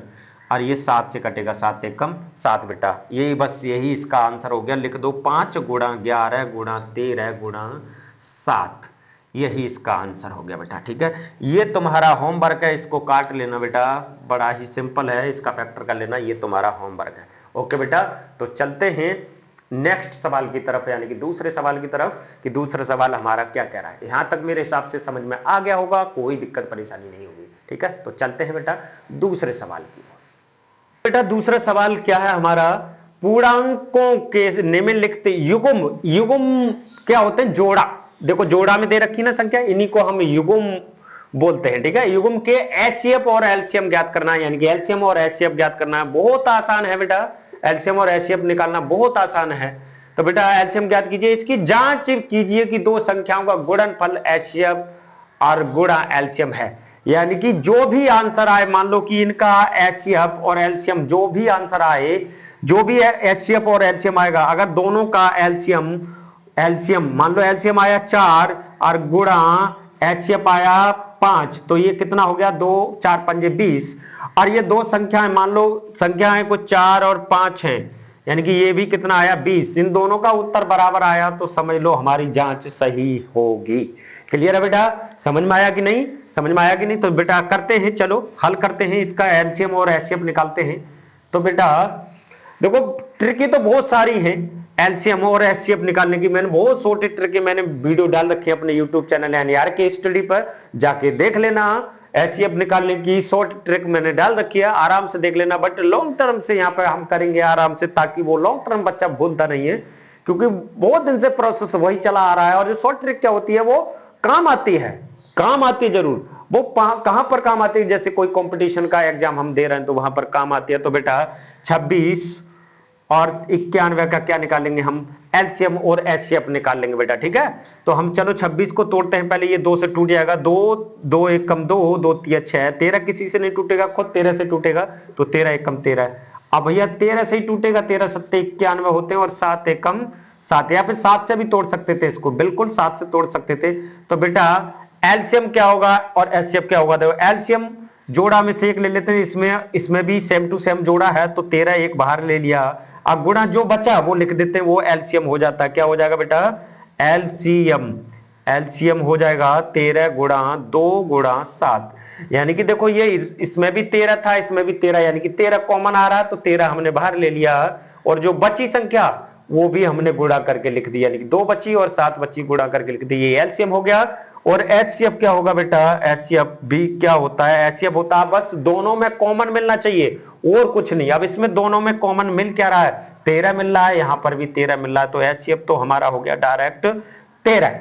और इसकी गुणा कर लो, 13 दूनी 26, 26 सत्ते कितने होते बेटा, 26 सत्ते 7 छिंग 42 के 2 हासिल 4, 7 दूनी 14, 4 18, 182। कितना हो गया बेटा, 182। यानी कि एचसीएफ और एलसीएम कितना आ गया, एलसीएम आया 182 और एचसीएफ आ गया हमारा 13। यहां तक कोई दिक्कत समझ में आ गया होगा, कोई दिक्कत नहीं। अगर अब हम इसकी गुणा करते हैं, अगर हम इसकी गुणा करते हैं भैया दोनों की, और इन संख्याओं की गुणा करते हैं, अगर दोनों का बराबर आया उत्तर, तो समझ लेना हमारी संख्या क्या है, संख्याएं हैं हमारी। उत्तर की जांच क्या करेंगे हम, एलसीएम उनकी जांच भी करनी है, जांच करनी है, तो भैया जांच लिख देते हैं यहां पर, और जांच डाल के जांच कर देते हैं। क्या संख्याएं क्या है हमारी, संख्याएं हैं हमारी, संख्याएं 26 गुणा 91। अगर इसका जो भी उत्तर आए और इन दोनों का एचसीएफ और गुणा एलसीएम का जो उत्तर आए बराबर आ गया, तो समझ लेना हमारा राइट आंसर है। तो 26 91 में गुणा करेंगे बेटा, 91 में गुणा करेंगे 26 की, तो क्या होना चाहिए 26, देखो 6 कम 6 6 कम 6 6 नेम 54, 6 नेम 54 गुणा 2 1 कम 2 और 2 नेम 18 है बेटा। तो ये हो जाएगा 2 नेम 18, यानी कि 6 के 6 6 8 और 5 13, 13 के 3 हासिल 1, यानी कि 2366। कितना आ गया बेटा, 2366 आ गया बेटा। क्लियर, कोई दिक्कत परेशानी। अगर एचसीएफ और गुणा एलसीएम ये भी अगर बराबर आया, तो देख लें एलसीएम कितना है, एचसीएफ कितना है हमारा 13 और गुणा 182 क्या है हमारा एलसीएम। अगर इसका उत्तर भी 2366 आया, तो इसका मतलब हमारा राइट आंसर है। तो बेटा 182 में 13 से गुणा कर देते हैं, तो क्या होना चाहिए, 13 दूनी 26 के 6 हासिल लागे 2, और 13 अट्ठे 104 और 2 104 और 2 6 होते हैं बेटा, 104 और 2 6 होते हैं, 106। तो भैया कितना हासिल बच्चा 10, और 13 एकम 13 10, 13 10 23, 2366, यानी कितना आ गया जी 2366 बेटा। तो सही उत्तर है हमारा। उत्तर की जांच भी कर दी हमने, जांच भी कर दी बेटा, समझ में आ गया होगा, कोई दिक्कत परेशानी नहीं। तो इसी टाइप से ये हुआ है और इसी टाइप से ये हो जाएंगे दोनों सवाल बेटा। अगर अभी भी किसी को दिक्कत है तो एक सवाल और ले लेते हैं, कोई प्रॉब्लम नहीं है बेटा। इसको स्क्रीनशॉट ले लो बेटा, लो मैं इधर हो गया, स्क्रीनशॉट ले सकते हो, इसका स्क्रीनशॉट ले लो, कोई दिक्कत नहीं। क्या निकाला, पहले हमने एलसीएम एचसीएफ निकाला, और क्या करा, वो जांच कर दी, जांच करी, यानी कि पहली संख्या दूसरी संख्या की गुणा करी, तो उत्तर ये आया। और एचसीएफ गुणा एलसीएम ये, यानी कि ये कह रहा है कि दो संख्याओं का गुणनफल इसके बराबर होना चाहिए, एचसीएफ गुणा एलसीएम, तो भैया बराबर है, बिल्कुल जी। तो उत्तर की जांच भी होगी बेटा। तो मिटा दें आप, कोई दिक्कत परेशानी नहीं है बेटा, ठीक है। तो हम दूसरा सवाल भी, एक सवाल और करके दिखा देते हैं, और एक सवाल आपके लिए रह जाएगा जो कि आप कमेंट में बताएंगे बेटा, ठीक है बेटा। तो बेटा दूसरा सवाल क्या है हमारा, दूसरा सवाल है हमारा 510 और 92, ठीक है बेटा। इनको क्या करेंगे हम, एलसीएम एचसीएफ निकालेंगे, तो तोड़ देंगे, 2 से टूट जाएगा, 2 दूनी 4, 2 पंजे 10, और एक बच्चा 2 पंजे 10। किससे टूट जाएगा, 5 से टूट जाएगा, 5 पंजे 25, 5 एकम 5 बेटा। क्या 3 से टूटेगा, 3 से टूटेगा, 3 एकम 3, 2 बच्चा 3 सत्ते 21, ये 17 किसी से नहीं टूटेगा, 17 एकम 17 बेटा, ठीक है। 92 को देख लो, 2 से टूटेगा, 2 चौक 8, 2 छिक 12, 2 से टूटेगा, 2 दूनी 4, 2 तिया 6, 2 से नहीं टूटेगा, किससे टूटेगा खुद, 23 से टूटेगा, 23 एकम 23। तो बेटा एलसीएम क्या होना चाहिए इसका, एलसीएम मैं निकाल के दे रहा हूं, आप बाकी गुणा कर लेना, ठीक है। एलसीएम क्या है बेटा, एलसीएम देखो, इसमें ये कॉमन है, तो 1 2 यहां से ले लिया, और कुछ कॉमन नजर आ रहा है क्या? नहीं आ रहा है बेटा, नहीं आ रहा है। बाकी चीज लिख देना, 2 गुणा 5 गुणा 3 गुणा 2 लिख लिया। हाँ जी, 1 2 1 2 ये भी तो बचा, 1 2 ये बचा, 3 लिख लिया जी बिल्कुल। 17 17 गुणा और ये 23 23 बेटा। ठीक है बेटा, ये हो जाएगा हमारा एलसीएम। और बेटा एचसीएफ क्या होगा? एचसीएफ होगा इसका, यही कॉमन आ रहा है और कुछ भी कॉमन नहीं है, तो इसका मतलब क्या हो जाएगा? एचसीएफ इसका हो जाएगा 2 2 हो जाएगा बेटा। कर लेना, इसकी कैलकुलेशन कर लेना, कैलकुलेशन करना तो बेटा आंसर आ जाएगा। दोनों संख्याओं का गुणा करना, किसका 510 और 92 का, तो उत्तर वही आएगा। ठीक है बेटा, क्लियर? कोई दिक्कत परेशानी? और ये तुम्हारा रहेगा होमवर्क, कमेंट में करके बताना बेटा। ठीक है, तीसरा सवाल क्या है बेटे? अभाज्य गुणनखंड विधि द्वारा निम्नलिखित पूर्णांकों के एचसीएफ और एलसीएम ज्ञात करने। बहुत सिंपल सा सवाल है, एलसीएम और एचसीएफ ज्ञात करना, कुछ भी याद नहीं, बहुत सिंपल है। ये तुम्हें बता चुके हैं, अभाज्य यानी गुणनखंड विधि से इसका क्या करना है, एलसीएम और एचसीएफ। बहुत सिंपल सा है बेटा। तो पहला सवाल हम करा देते हैं। पहला सवाल क्या है हमारा? 12 और 15 और 21 यानी 3 संख्या है, इनका एलसीएम और एचसीएफ ज्ञात करवा रहा है। तो बेटा बहुत ही सिंपल है, तीनों को अलग अलग तोड़ लो। यानी कि 12 को तोड़ोगे 2 से टूटेगा 6 बार में, 2 से तोड़ेगा 3 बार में, और 3 1 कम 3 बेटा। 15 को तोड़ोगे 3 से टूटेगा 3 पंजे 15, 5 से टूट जाएगा 5 1 कम 5, यानी कि 21 को तोड़ोगे 3 से टूट जाएगा 3 7 21 और 7 1 कम 7 बेटा। तो हम क्या निकालेंगे? इसमें कुछ भी एक चीज कॉमन है, 3 3 3, तो एलसीएम क्या हो जाना चाहिए हमारा? एलसीएम क्या हो जाना चाहिए? 3 ले लो और बेटा जो बच्चा वो लिख दो सब। 3 यहां से ले लिया और क्या बचा? 2 गुणा 2, 2 गुणा 2 बेटा। ठीक है, यहाँ क्या बचा? 5, यहाँ क्या बचा? 7। क्या हो जाएगा? 3 दूनी 6, 3 दूनी 6, 6 दूनी 12, 12 पंजे 60 और 60 सत्ते होते 7 0 7 6 42 यानी 420। तो इसका उत्तर आया है 420 बेटा। ठीक है, और एलसीएम एचसीएफ क्या हो जाएगा बेटा? एचसीएफ तो बेटा हम तीनों में कॉमन देखते हैं कि क्या कॉमन है। तो 3 इसमें 3 इसमें 3 इसमें कॉमन था, तो 3 हमारा क्या हो गया? एचसीएफ। सिंपल बेटा, क्लियर? कोई दिक्कत परेशानी नहीं, कोई दिक्कत परेशानी नहीं। ठीक है बेटा, कि बेटा इस सवाल को मिटा दे। अब बताओ बेटा, इस पहले सवाल में कोई दिक्कत? एचसीएफ और एलसीएम गुणनखंड विधि से पूछा तो हमने आराम से निकाल दिया, समझ में भी आ गया होगा मेरे हिसाब से। ठीक है, बहुत सिंपल था, कुछ नहीं करा। 12 को अलग तोड़ लिया, 15 को अलग तोड़ लिया और 21 को अलग तोड़ लिया।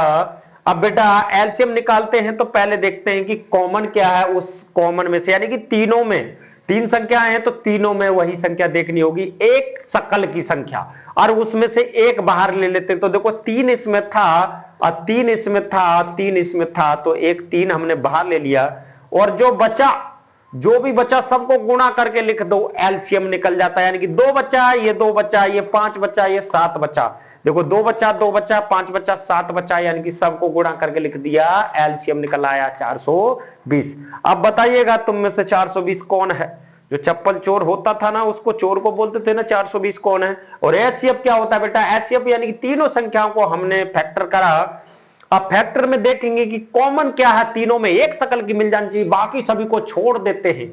तो बेटा इसमें 3 था, इसमें 3 था और इसमें 3 था, तो बस 3 ले लिया, वही क्या हो गया हमारा? एचसीएफ हो गया। बहुत सिंपल है। बस एक सवाल और ले लेते हैं और एक सवाल तुम्हारे लिए घर के लिए रहेगा बेटा। तो बताइए कौन सा सवाल ले ले? चलो मान लो हम ये वाला ले लेते हैं तुम्हारे लिए। चलो ये वाला कहोगे कि सर जी ये वाला नहीं तो ये वाला करा दो। हाँ जी, कोई सा भी कर लो, हमें क्या, सवाल को हल करना है। मान लो तीसरे सवाल को ले लेते हैं 8। चलो इसी को ले लें। फिर कहोगे कि सर जी ये तोड़ने में नहीं आएगा, बुढ़वा को 17 को 17 से टूटेगा, 23 को 23 से, 29 को 29 से। बहुत ही सिंपल है वो, तो बहुत ही सिंपल है। क्या टूटेगा? 17 को तोड़ोगे 17 23, देखो बेटा 23 और 29। ठीक है, 17 खुद 17 से टूटेगा, 17 1 कम 17 और किसी पहाड़े में किसी टेबल में नहीं आता, और 23 भी नहीं आता, तो खुद 23 से कम 23।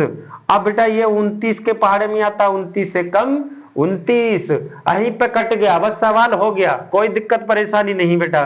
तो एलसीएम क्या होगा हमारा? इन सब की गुणा करके लिख दो, 23 और गुणा 23, ओ सॉरी 17, 17 गुण, पहले 17 लिखना चाहिए था। देखो 17 गुणा 23 गुणा 29, अगर इसको लिख दोगे तो एलसीएम निकल आएगा एलसीएम। ठीक है, एचसीएफ क्या होगा? अब तुम कहोगे कि भैया कि कॉमन नहीं आ रहा, अरे इसमें 17 है, इसमें 23 है, इसमें 29 है, तो इसका एचसीएफ क्या होगा? होगा इसमें भी एक है, अगर एक को तोड़ोगे तो एक एक कम एक टूटेगा कि नहीं, फिर एक को तोड़ोगे एक एक कम एक टूटेगा कि नहीं, तो एक एक कम एक टूटेगा कि नहीं, तो इसमें भी एक, इसमें भी एक, यानी इसमें भी एक, यानी कि क्या एचसीएफ हो गया? 1 हो गया। क्लियर, ये भी सवाल हो गया, कोई दिक्कत परेशानी नहीं। देखो जल्दी से स्क्रीनशॉट ले लो बेटा, छोटा सा सवाल है। अब बेटा हम तीसरा सवाल भी इसको हल करा देते हैं, कोई दिक्कत परेशानी नहीं है। तो तीसरा सवाल क्या है हमारा? 8 और 9 और 25, ये 3 संख्या है, इसका एलसीएम एचसीएफ निकलवा रहा है। आराम से 2 से तोड़ दो, 2 चौका 8, 2 दूनी 4 और 2 एक कम 2, टूट गया। 3 से टूट जाएगा, 3 3 9, 3 एक कम 3 और टूट गया। ये 5 से टूट जाएगा, 5 हम 25, 5 एक कम 5। ठीक है बेटा, क्लियर। तो हम पहले निकालेंगे एलसीएम। इसमें 2 है, इसमें 2 है क्या? नहीं है। इसमें 3 है क्या? नहीं है बेटा। ये सभी को क्या कर देना? गुणा करके लिख देना, एलसीएम निकल आएगा। और एचसीएफ हम बता ही देते हैं कि इसमें कॉमन क्या है? कॉमन कुछ है क्या? ये नहीं है, हो नहीं है, एक है। क्या है? एक है। और इन सभी को गुणा करके लिख दोगे तो क्या निकल आएगा तुम्हारा? इतना तो कर ही सकते हो, गुणा कर सकते हो बेटा, गुणा कर सकते हो ना, आपस में गुणा करके लिख देना, तुम्हारा क्या निकल आएगा? एलसीएम निकल आएगा। और एचसीएफ हमने बता दिया कि 1 है बेटा। क्लियर, कोई दिक्कत परेशानी नहीं। तो चलते हैं नेक्स्ट सवाल यानी कि चौथे सवाल की तरफ। चौथा सवाल क्या है कि एचसीएफ 306 और 657 का एचसीएफ दे रखा है 9, यानी कि ये 2 संख्या है 306 और 657, इसका एचसीएफ दे रखा है 9। तो इन्हीं संख्याओं का एलसीएम ज्ञात करवा रहा। क्या ज्ञात करवा रहा है? एलसीएम ज्ञात करवा रहा। अगर इस टाइप का कोई भी सवाल बनता है, कोई भी सवाल बनता है इस टाइप का, तो भैया क्या करना, इन दोनों संख्या, इसका एक फॉर्मूला है। और वो फॉर्मूला क्या है बेटा? वो फॉर्मूला है, अगर एलसीएम निकलवाए तो एलसीएम निकलवाने के लिए, एलसीएम निकलवा रहा है तो अभी एलसीएम का फॉर्मूला होगा कि भैया पहली संख्या गुणा दूसरी संख्या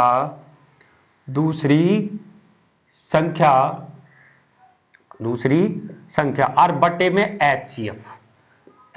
अरे यही फॉर्मूला अगर कह रहा होता, एलसीएम दे रखा होता और एचसीएफ निकलवा रहा होता, तो यहां पर क्या होता?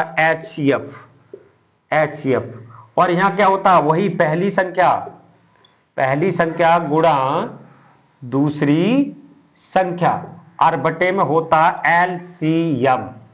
ये एचसीएफ निकलवाने के लिए और ये एलसीएम निकलवाने के लिए। बेटा बहुत सिंपल सा सवाल है, कोई दिक्कत परेशानी नहीं है, बहुत सिंपल सा है। ठीक है बेटा, तो भैया हम ये मिटा देते हैं, अगर एचसीएफ निकालने के लिए ये वाला और एलसीएम निकलवाने के लिए, तो अभी एलसीएम पूछ रहा है, कोई दिक्कत नहीं। तो बेटा चलो लिख देते। पहली संख्या क्या है? यानी कि ये वाली क्या हमारी पहली संख्या और ये हमारी दूसरी संख्या। ठीक है, एचसीएफ हमें ये दे रखा है 9।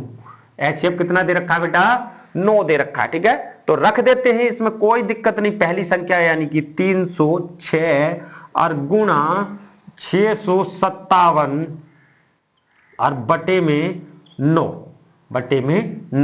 अब बेटा जितना टूट रहा है तोड़ लो। देखो सब चीज गुणा में है। देखो 3 से टूटेगी, ऊपर वाली संख्या टूट जाएगी। हाँ जी, 3 एक कम 3, 0 का 0, 3 दूनी 6, ये 3 3 9।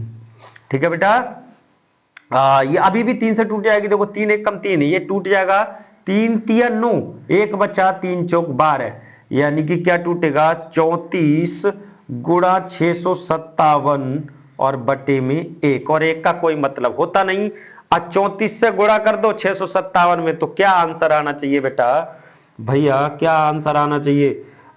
34 और गुणा 657, अरे सीधा गुणा कर दो ना, 657 में गुणा कर दो 34 से बेटा, तो क्या गुणा आएगी? 4 सत्ते 28 के 8 लगेंगे, हासिल 2, और 4 पंजे 20 और 2 22, हासिल फिर 2, और 4 6 24 और 2 26। ठीक है बेटा, और 3 से करोगे 3 सत्ते 21 का 1, हासिल 2, और 3 पंजे 15 और 2 17 के 7, हासिल 1, और 3 6 18 और 1 19 बेटा। तो ये हो जाएगा 8, ये हो जाएगा 3 और 6 और 7 हो जाएगा 13, 13 के 3 हासिल 1 और 9 और 2 हो गया 11, 9 2 11 और 1 12 के 2 हासिल 1 और 1 का 9 2 11 और 12 हासिल 1 यानी कि 2, यानी कि कितना उत्तर आएगा 22,338। ये क्या आ गया हमारा बेटा एलसीएम, क्या आ गया एलसीएम, यही क्या हमारा उत्तर है। कैलकुलेशन में शायद कहीं मिस्टेक हो गई हो तो देख लेना, बट मेरे हिसाब से यही उत्तर हो सकता है, चेक कर लेना आप लोग, ठीक है। तो हाँ जी बेटा, ये है 5वां सवाल। तो 5वां सवाल क्या कह रहा है, जांच कीजिए कि क्या किसी प्राकृत संख्या n के लिए संख्या 6 की पावर n अंक 0 पर समाप्त हो सकती है। देखते हैं। अब बेटा हमने बता रखा है तुम्हें कि प्राकृत संख्या क्या होती है। हमारी प्राकृत संख्या हमने बता रखा है तुम्हें, प्राकृत संख्या क्या होती है। प्राकृत, प्राकृत या फिर प्राकृतिक भी बोल सकते हैं, प्राकृतिक, प्राकृतिक भैया शुरू में ही बता दिया है। प्राकृतिक संख्या 1 से स्टार्ट होती है, 1 2 3 and dot dot dot dot, ये इन्फिनिटी तक जाती है, यानी कि अनंत तक जाती है, ये प्राकृतिक संख्या होती है, ठीक है। क्या ये प्राकृत संख्या, क्या ये प्राकृत संख्या, ये कह रहा है कि 6 की पावर n, n के लिए क्या ये 0 पर समाप्त हो सकती है। आप देखते हैं क्या 0 पर समाप्त हो सकती है। हाँ, एक कंडीशन है इसमें, अगर इस फॉर्म में आता है, मान लो इस फॉर्म में आता है 2 गुणा 2 की पावर m गुणा 5 की पावर n, अगर इस फॉर्म में ये आता है तो भैया ये जरूर 0 पर समाप्त होगा। कैसे, 2 पंजे 10, 2 पंजे 10, यानी कि ये कहां पर समाप्त, इकाई अंक कहां पर हमारा 0, यानी कि ये 0 पर समाप्त हो रही है। अब मान लो हम कहें 6, ये 6 अगर फैक्टर करोगे तो 2 तिहाई 6, इसमें टूटेगा।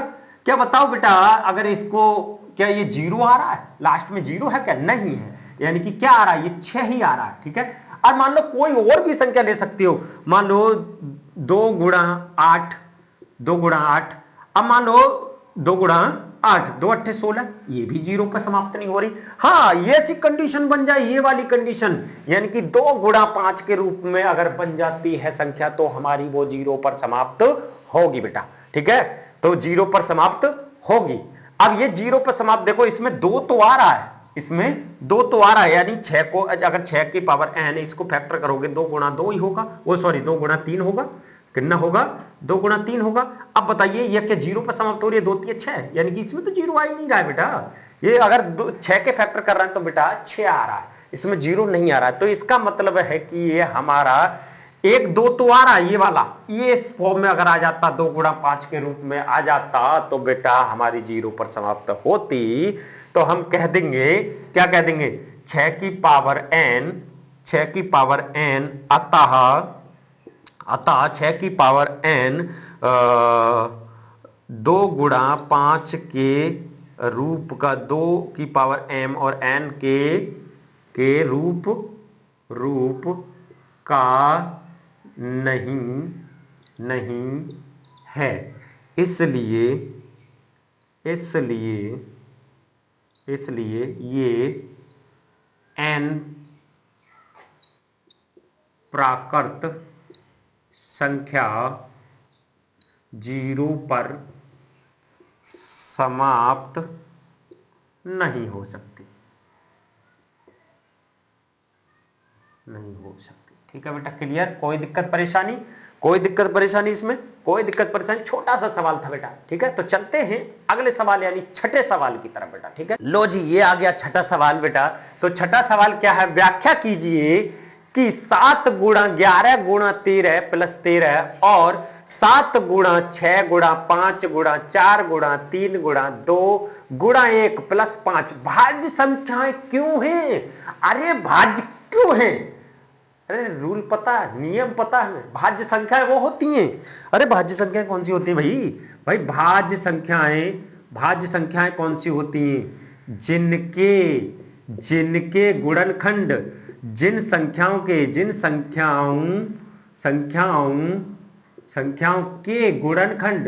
गुणनखंड कितने आ जाएं, 3, मिनिमम मिनिमम कितने आ जाए 3, और इससे ज्यादा आ जाए मैक्सिमम कितने भी आ सकते हैं, मैक्सिमम 4, 5, 8 कितने भी आ जाए कोई प्रॉब्लम नहीं, वो भाज्य संख्याएं होती हैं। और जिनके गुणनखंड 2 आए और 2 से कम आए, 2 मतलब मैक्सिमम मिनिमम 2 आने चाहिए, तब वो अभाज्य होती हैं। कौन सी होती हैं? अभाज्य होती हैं। ये हम बता भी चुके हैं और फिर बता रहे हैं। जिनके गुणनखंड कितने 2 आए वो समझ लो अभाज्य। अब जैसे मान लो बेटा ये 5 है, 5 को तोड़ोगे तब 5 एकम 5, ये कैसी संख्या है? अभाज्य। 2 गुणनखंड कितने आ गए?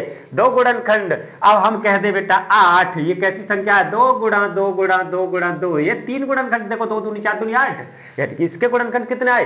3। तो ये भाज्य। कैसी? भाज्य। तो यही बताना है, इन संख्याओं को आपस में गुणा जोड़ जो भी दे रखा है वो करके और उनके गुणनखंड करके हम बता देंगे कि इसके 3 गुणनखंड आए, तो ये भाज्य इसलिए है कि इसके गुणनखंड यानी कि इसके गुणनखंड कितने आए? 3। 3 से अधिक आए तो कोई फर्क नहीं पड़ता, बट मिनिमम 3 आने चाहिए। ओके, तो इसको मिटा दे, हम इसको मिटा देते, चलो कोई दिक्कत नहीं। लो जी बेटा, हमने इसको मिटा दिया, तुम्हें समझा भी दिया। तो बेटा क्या करेंगे, सवाल क्या है हमारा? 7 गुणा 11 गुणा 13 प्लस 13 और 7 गुणा 6 गुणा 5 गुणा 4 गुणा 3 गुणा 2 गुणा 1 और प्लस के 5। ये सवाल है बेटा। तो इनको आराम से गुणा करो। इसको 7 गुणा 11, 11 सत्ती 77, 11 सत्ते 77, ठीक है बेटा, 11 सत्ते 77।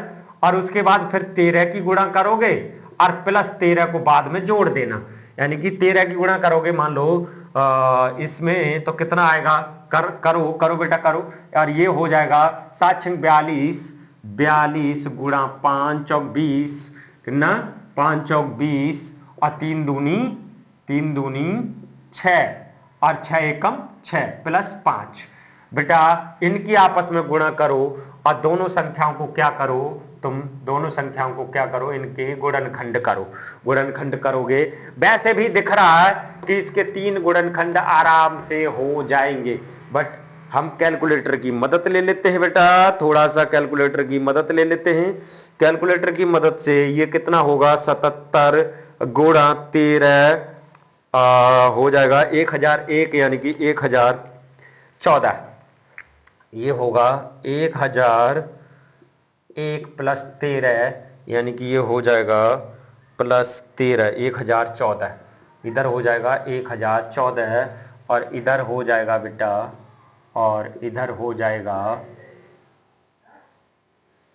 42 गुणा 20 गुणा 6 गुणा 6, ये गुणा 6 और प्लस 5, ये हो जाएगा बेटा 5045 बेटा। ठीक है जी, ठीक है, आराम से, कोई दिक्कत परेशानी? ये सवाल। अब बेटा इसके गुणनखंड काटोगे, इसके गुणनखंड करोगे या इसके गुणनखंड करोगे, अगर इसके गुणनखंड 3 आ जाएं, कितने? 3 आ जाएं, तो समझ लेना ये भाज्य है। इसके भी कितने? 3 आ जाएं। 3 से ज्यादा आते कोई फर्क नहीं पड़ता, खंड करके दिखाते। इसके चलो दोनों के ही कर देते हैं, कोई दिक्कत नहीं। तो हम पहले इसके कर देते हैं, 5045 को तोड़ते हैं, क्या इसके गुणनखंड 3 आएंगे? देखते हैं बेटा कितने आएंगे। तो ये 5 से टूट जाएगा, 5 एकम 5, 0 का 0। और जब भी डबल संख्या को काटते हैं, 4 तो आता नहीं 5 के बारे में, 45 5 में 45, तो 0 लगा के काटते हैं। तो यहाँ हो गया 1009 हो गया बेटा। तो 1009 5 से भी नहीं कट रहा, 3 से भी नहीं, मतलब 7 से भी नहीं कट रहा, 7 एकम 7, 3 बचा, 7 चौक 28, 2 बच्चा, नहीं कट रहा। इसका मतलब 1009 नहीं कट रहा बेटा। तो 1009 से ही कटेगा 1 ठीक है बेटा। तो इसका गुणनखंड कितना आया? 3 आया, यानी 5 गुणा 1009 गुणा 1। देखो 3 गुणनखंड आ गए, 1 2 3। ये भाज्य है। कैसी है बेटा? भाज्य है। क्लियर, कोई दिक्कत परेशानी? चलो 1014 को भी काट लेते हैं, इसका भी देख लेते हैं ये भाज्य क्यों है। देखो 2 से कट जाएगा, हाँ जी कट जाना तो चाहिए, 2 पंजे 10। और जब भी इसको काटोगे तो जीरो लगा के डबल संख्या 2 सत्ते 14, तो बेटा ये किससे कट जाना चाहिए? 7 से कट जाएगा क्या? सत्तू सत्तू 49, एक बच्चा नहीं, 13 से, 13 तिया 39, 13 चौक 52, 13 तिया 39, 13 तिया 39, 7 आता है तो 3 से कट जाएगा क्या? 3 एकम 3, 2 बचे, 3 छिंग 18, हाँ जी 3 से कट रहा है, 3 एकम 3, 2 बचेंगे 20 हो जाएगा, तो 3 छिंग 18, फिर 2 बचे 27 हो गया, 3 नेम 27। बेटा ये 13 से कट जाएगा, 13 एकम 13, 3 बचे 13 तिया 39, फिर ये 13 से कट जाएगा, 13 एकम 13। तो बेटा इसके गुणनखंड कितना आए? इसके गुणनखंड देखो 2 गुणा 3 गुणा 13 की घात 2, 13 की घात 2। बेटा ये देखो 3 से ज्यादा गुणनखंड आए इसके, ठीक है 3 से ज्यादा आए, तो ये भी कैसी है? भाज्य कह सकते हैं हम। यहां लिख देंगे कहीं पे भी लिख लो कि अतः इन संख्याओं के गुणनखंड 3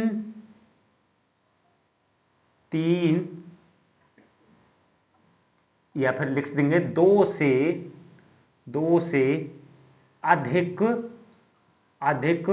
हैं, इसलिए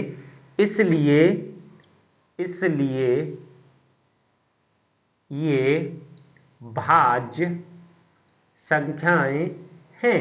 ठीक है बेटा, इतना लिखना है, इतना सा लिखना है, बस हो गया। छठा सवाल कंप्लीटेड बेटा। तो इसको मिटा देते हैं, कोई दिक्कत परेशानी किसी को? कोई दिक्कत परेशानी? बहुत सिंपल सवाल है, 2 के क्लास के बच्चे इनको कर सकते हैं, कोई प्रॉब्लम नहीं है, बस कैलकुलेशन करनी है। अब बेटा हमें तो वीडियो के चक्कर में ना थोड़ी सी जल्दी से कैलकुलेशन करनी पड़ती है, देखना पड़ता है कि भाई वीडियो ज्यादा लंबी ना हो, ताकि तुम ही लोग नहीं देखोगे हमारी वीडियो को। हमें पता है कि तुम लोगों की सोच कहां तक जाती है, तुम्हें कौन सी वीडियो देखना ज्यादा पसंद है। पढ़ाई लिखाई वाली वीडियो तुम्हें पसंद नहीं है, हमें पता है तुम कहां तक तुम्हारी सोच जाती है। पढ़ाई लिखाई वाली वीडियो तुम लोगों को चाहिए ही नहीं, हम फिर भी बना रहे हैं। जो पढ़ना चाहता है हम उनके लिए ये वीडियो बना रहे हैं बेटा, ठीक है। कोई दिक्कत परेशानी?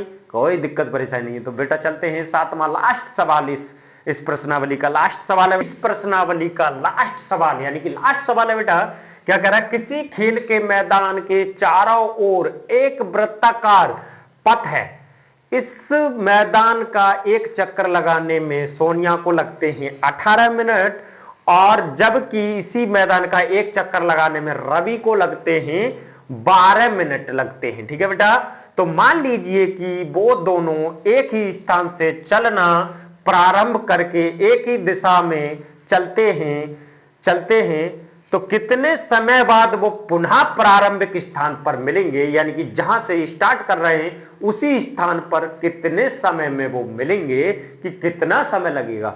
बेटा बहुत ही सिंपल सवाल है, सवाल इतना बड़ा है, उत्तर उतना ही छोटा। ठीक है बेटा, तो एक मैदान है, उसका जो पथ है यानी कि जो रास्ता है वो कैसा है? वृत्ताकार। कैसा है? वृत्ताकार।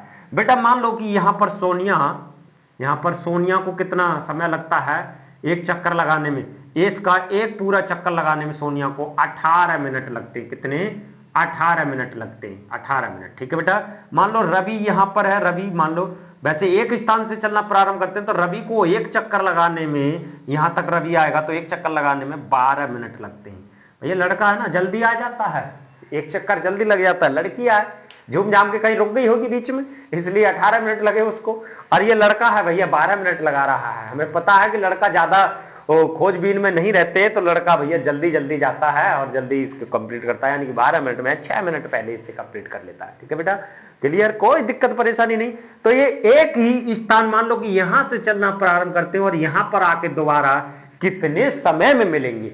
अगर इस टाइप के जितने भी सवाल, कोई भी सवाल आता है इस टाइप का, तो बस खाली कुछ नहीं, जो दो संख्या जो दे रखी है, दो जो संख्या दे रखी है उनका एलसीएम निकाल दो, और एलसीएम निकालोगे और एलसीएम ही इनका आंसर होता है इस टाइप के सवालों का। ठीक है बेटा, तो कोई दिक्कत नहीं, हम 18 और 12 का क्या निकाल देंगे? एलसीएम निकाल लेंगे बेटा। तो वही उसका उत्तर होगा, उतने समय में ही ये लोग मिलेंगे। ठीक है बेटा, तो हल डाल लो तो 2 से कट जाएगा, 2 नेम 18 है, 3 से 3 3 9, 3 1 कम 3, ये हो जाएगा 2 छिक 12 है, 2 तिया सॉरी कितना जल्दी जल्दी में सब गड़बड़ हो जाता, 2 तिया 6 और 3 1 कम 3 बेटा। ठीक है बेटा, तो बेटा इसमें देखो ये 2 2 कॉमन है, इसका मतलब 1 2 यहां से ले लिया, 3 और 3 कॉमन था तो 1 3 यहां से ले लिया, और 3 और 2 ये बचे हैं तो उनको भी लिख दो, 3 और 2 बचे। ठीक है, 3 दूनी 6 और 3 दूनी 6 छतम 36, कितने मिनट बाद मिलेंगे बेटा? 36 मिनट बाद, 36 मिनट बाद बाद ये दोनों मिलेंगे बेटा, मिलेंगे। कितने मिनट बाद मिलेंगे? 36 मिनट बाद। ठीक है बेटा, क्लियर, कोई दिक्कत परेशानी? तो ये प्रश्नावली तुम्हारी खत्म हो जाती है। तो चलते हैं बेटा, इसमें 2 ही प्रश्नावली है इस चैप्टर में, यानी पहला चैप्टर वास्तविक संख्या में 2 ही प्रश्नावली है, चैप्टर खत्म। चलते हैं दूसरी प्रश्नावली की ओर। तो दूसरी प्रश्नावली इसकी क्या है? तो चलिए बेटा इसको हम इरेज कर देते हैं, कोई दिक्कत नहीं, कोई दिक्कत नहीं। लो जी इरेज हो गया। लो जी प्रश्नावली नंबर,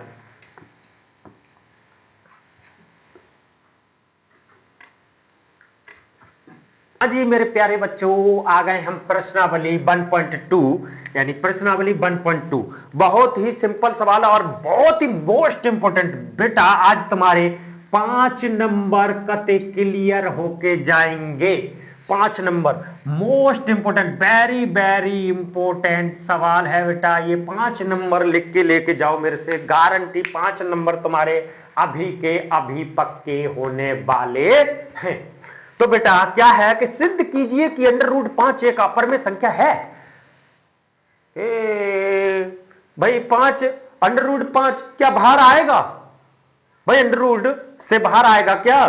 भाई √5 के किधर गया मार्कर? किधर है भाई मार्कर? मार्कर ये रहा मार्कर। बेटा देखो बेटा, क्या √5 क्या रूट से बाहर आएगा? नहीं आएगा। तो ये जब कोई संख्या रूट से बाहर नहीं आती तो वो क्या होती है? अपर में होती है। ये हमें पता है और ये इसको भी पता है, सवाल वाले को, जिसने सवाल डाला है। बट वो क्या कह रहा है कि प्रूफ करके बताओ, भाई सिद्ध करके बताओ कि ये अपर में क्यों है। इसका मतलब ये कि मान लो कि हम किनके वेदवीर ठेकेदार के लड़का हैं, तो हमें ये प्रूफ देना होगा कि भाई हम वेदवीर ठेकेदार के क्यों हैं। तो हमें बताना पड़ेगा ना अपने बारे में कि हम उनकी शकल और हमारी शकल एक जैसी है। ठीक है, एक जैसी है। अब बेटा तुम मान लो तुमसे कोई पूछने पड़ जाए कि तुम उनके लल्ला काय को हो, क्यों हो, तो तुम बताओगे ऐसे ही कि भैया उनकी शकल हमारी शकल मैच कर रही है, कुछ रीजन कुछ कारण दोगे। तो ऐसे ही इसमें भी हमें सवाल को हल करना होगा बेटा। तो हम क्या करते हैं, इस टाइप का कोई भी सवाल आता सिद्ध करवाने के लिए कि ये परमे अपर में संख्या क्यों है, तो विरोधाभास मान के करते हैं। विरोधाभास यानी उल्टा मानते हैं। तो बेटा हम इस सवाल को हल डाल लेंगे। हल डालेंगे, क्या डालेंगे? हल इस नीले वाले पेन से करते हैं। हल डाल लो, यहां डालोगे हल। हल डालोगे तो लिखोगे कि माना माना √5 एक परमी संख्या है। बेटा क्लियर? बस विरोधाभास मान के इस सवाल को हल करना है। अब तुम्हें परमे संख्या की कंडीशन मैंने सब कुछ बता रखा है तुम्हें, तो आराम से, अगर किसी ने वीडियो पीछे की वीडियो नहीं देखी है, कॉन्सेप्ट की वीडियो नहीं देखी है, तो वो कॉन्सेप्ट की वीडियो देख ले। बहुत ही जरूरी है कॉन्सेप्ट। ठीक है बेटा, कॉन्सेप्ट बेसिक क्लियर होना बहुत जरूरी है किसी भी टॉपिक के बारे में। अगर बेसिक क्लियर हो जाता है तो सवाल बहुत आसानी से हो जाते हैं। ठीक है, तो हमने परमे संख्या के बारे में सब कुछ बता रखा है, किस रूप में होता है। तो मान लो भैया √5 बराबर P/Q का रूप होता है। भाई परमे संख्या को हम P/Q के रूप में मानते हैं, लिखते हैं। ठीक है, कोई दिक्कत परेशानी? और यहां पर कंडीशन भी होती है। कंडीशन क्या होती है कि जहां P और Q पूर्णांक संख्या और सहअभाज्य संख्या होती है। पूर्णांक और सहअभाज्य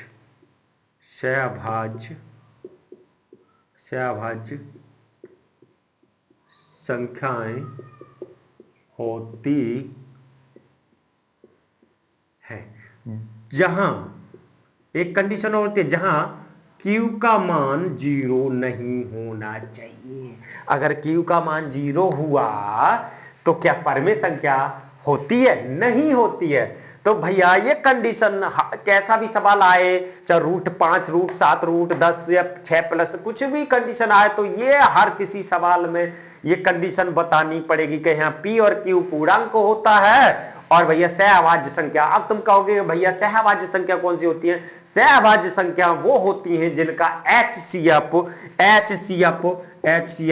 1 आता है। क्या आता है? 1। और ना यकीन हो तो देख लो, कोई भी संख्या ले लो परमेय संख्या के रूप में, अगर HCF 1 नहीं आए तो कहना। बेटा मान लो हमने ले लिया कि तुम कहोगे कि ये 20/10 ले लो, इसका HCF 1 नहीं आए तो इस बात की गारंटी। मान लो बेटा 10 को पहले तोड़, मतलब 10 को काटो इसको, कि 10 1 कम 10 और 10 दूनी 20, ये क्या आ गया? 2/1 आ गया। अब बताओ 2 को तोड़ोगे तो क्या आना चाहिए? 2 1 कम 2। अब बताओ 1 को तोड़ोगे 1 1 कम 1। बताओ इसमें कॉमन क्या है? 1। तो HCF कितना हो गया हमारा? HCF कितना हो गया? 1 हो गया। बताओ HCF नहीं आया 1। अब तुम कहते इसको ऐसे तोड़ देते, 2 दूनी 4, 4 पंजे 20, तो इसके क्या 3, और इसको तोड़ लेते 2 गुणा 5, तो क्या 5 HCF कर लेते? नहीं।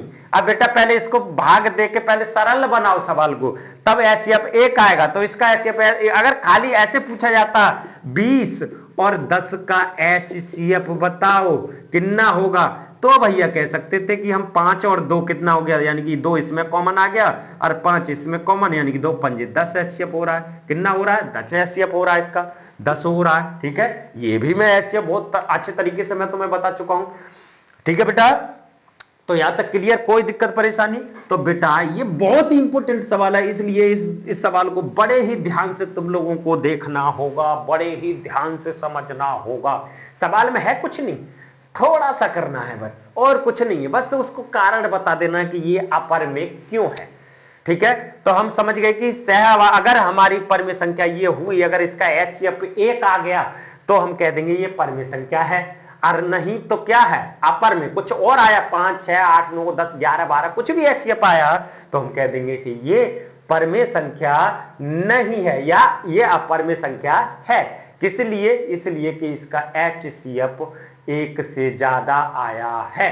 परमेय संख्या का HCF हमेशा 1 आता है। तो ये बेटा मेरी बात को बहुत ध्यान से सुनने की बात है ये बेटा, और बहुत ध्यान से इस सवाल को करना होगा। ये 5 नंबर तुम्हारे अभी के अभी मैं पक्के कराने वाला हूं बेटा। ठीक है, तो चलिए बेटा क्या करें कि √5 बराबर P/Q। बेटा क्या करना होगा, इस पे दोनों तरफ वर्ग कर दें तो क्या हो जाएगा? ये √, से बाहर आ जाएगा, तो थोड़ा सा सवाल हल करने को मिलेगा हमें। ठीक है, तो हम लिख देंगे कि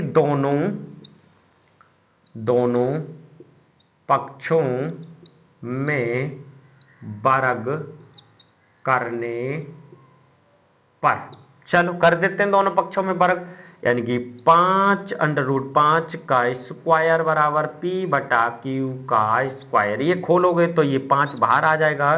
कितना बेटा? ये 5 बाहर आ जाएगा और बराबर हो जाएगा P का स्क्वायर अपॉन Q का स्क्वायर, क्योंकि ये ब्रैकेट पे जब स्क्वायर लगा हुआ होता है तो वो दोनों पर स्क्वायर है। ठीक है, Q का स्क्वायर। ठीक है बेटा, क्लियर? कोई दिक्कत परेशानी?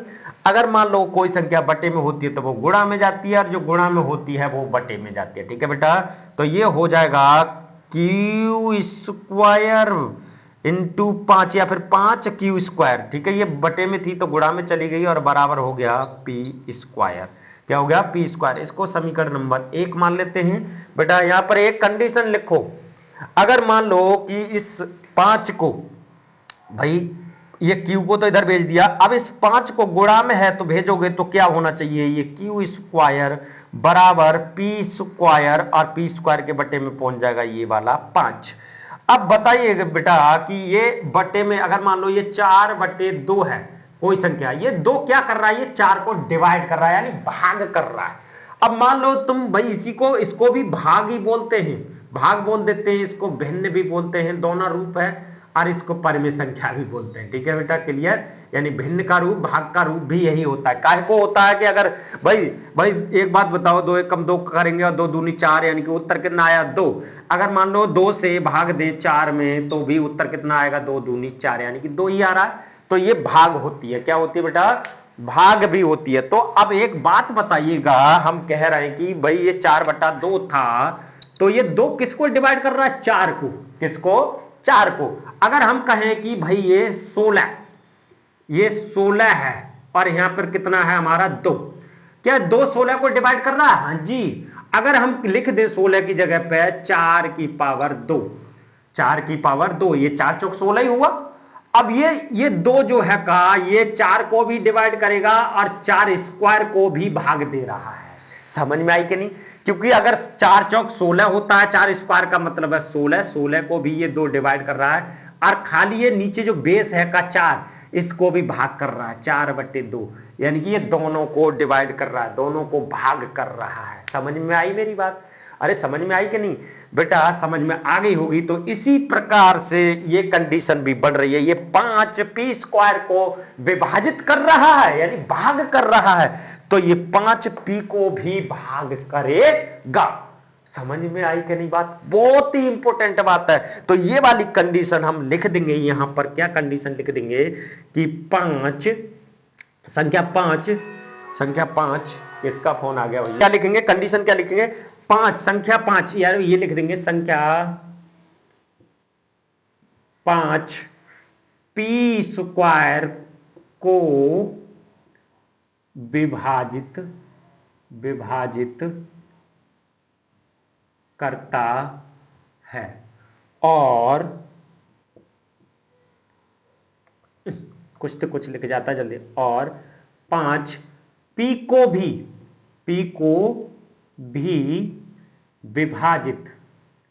विभाजित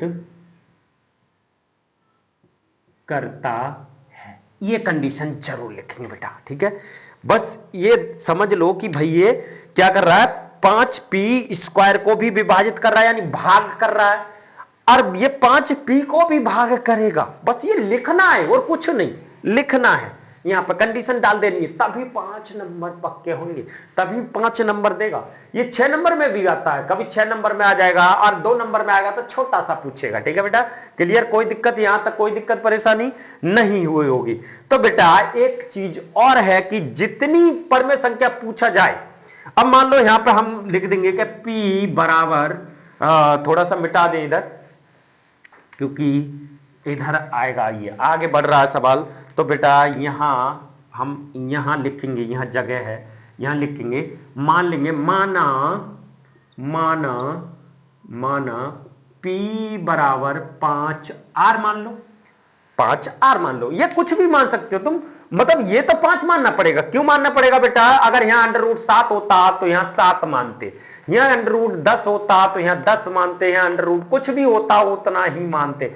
r की जगह पर तुम कुछ भी मान सकते हो। अगर p यहां पर p और q के रूप में माना तो p बराबर मानना है, a और b के रूप में मानोगे तो यहां a बराबर मानना होगा। ठीक है बेटा, समझ में आई कि नहीं, ये मानना होगा, क्योंकि तुम्हें दूसरी कंडीशन भी सेटिस्फाइड करके दिखानी है कि इसका HCF देखना है कि कितना HCF इसका आएगा। अगर 1 आता है तो ये परिमेय है, अगर 1 नहीं आता, 1 से ज्यादा आता है तो ये अपरिमेय संख्या है। तो हम कारण दे सकते हैं ना कि भाई हमारा HCF 1 नहीं आया, इसलिए हमारी ये अपरिमेय संख्या है। वही क्या हम बता देंगे ना कि हम वेद वीर के लल्ला काहे को है। समझ में आई नहीं मेरी बात, अरे बात समझ में आई नहीं। तो बेटा p बराबर हमने मान लिया कि 5r, तो p की जगह पे हम समीकरण 1 में ये मान रखने पर, किसमें, समीकरण 1 में ये मान p का मान रखने पर, तो समीकरण 1 क्या है हमारा, 5q² बराबर p की जगह पर क्या रख देंगे बेटा, p। देखो ये मत लिख देना बेटा, ये अलग है, p² रखा लिया, तो p² का मतलब है 5, p की जगह पर क्या रख दे 5r, p का स्क्वायर था तो इस पर भी स्क्वायर हमने लगा दिया। कोई दिक्कत परेशानी, कोई दिक्कत परेशानी नहीं। अब बेटा ये 5q² तो है ही है, ये हो जाएगा बेटा 5 25, 5 का स्क्वायर 5 25, r का स्क्वायर, बताओ 5 से ये कटेगा कि नहीं, 25, 5 1 5, 5 25, तो बेटा Q बराबर हो गया 5R²। हो गया कि नहीं, हो गया कि नहीं बेटा। तो ये 5 को अगर भेजोगे तो ये कहां आ जाएगा, Q के बटे में, Q² के बटे में, और यहां बच जाएगा R²। अब बताओ, इसको समीकरण नंबर 2 मानोगे तो बताओ ये 5 किसको विभाजित कर रहा है, Q को। ये सेम कंडीशन यहां लिखी है, यही सेम कंडीशन यहां पर भी लिखनी होगी। क्या लिखेंगे हम कि 5 Q² को विभाजित करता है तो 5 Q को भी विभाजित करेगा, यही कंडीशन लिखनी है सेम। अब बताइएगा, यहां पर भी 5 आया, यहां पर भी 5 आया, तो बताओ HCF कितना, 5 5 कॉमन ले लिया तो HCF कितना आया बेटा। देखो बेटा, इन दोनों संख्याओं का HCF कितना आया, बताओ HCF कितना आया है। HCF आया है 5 बेटा, कितना आया है, 5 HCF आया है। देखो 5 और 5 कॉमन लिया तो 5 ही HCF हुआ कि नहीं। हमारी जो कंडीशन है वो कंडीशन कह रही है कि परमेय संख्या की कंडीशन है कि जो सहभाज्य संख्या है उनका HCF 1 आना चाहिए, नहीं आया 1, 5 आया है, 5 आया है। समझ में आई कि नहीं, 5 आया, इसलिए ये क्या है, हमारी अपरमेय संख्या है। अब हम थोड़ा सा अगर उतारना चाहो तो बेटा इसका स्क्रीनशॉट ले लो, मैं थोड़ा सा अलग हट गया हूं, स्क्रीनशॉट ले लो, मैं इसको मिटाने वाला हूं, फिर हम लिखेंगे कंडीशन, इसकी जो कंडीशन है। ले लिया होगा स्क्रीनशॉट, तो बेटा यहां पर मिटा दें, कोई सा मिटा दें, चलो चलो ये मिटा देते हैं, इधर मिटा देते हैं, इधर मिटा देते हैं। तो हम क्या लिखेंगे, बस इतना लिख देंगे, कुछ नहीं इतना लिख देंगे कि √5 अतः, सॉरी क्या लिखेंगे, अतः मानी हुई हमारी कल्पना गलत है। √5 एक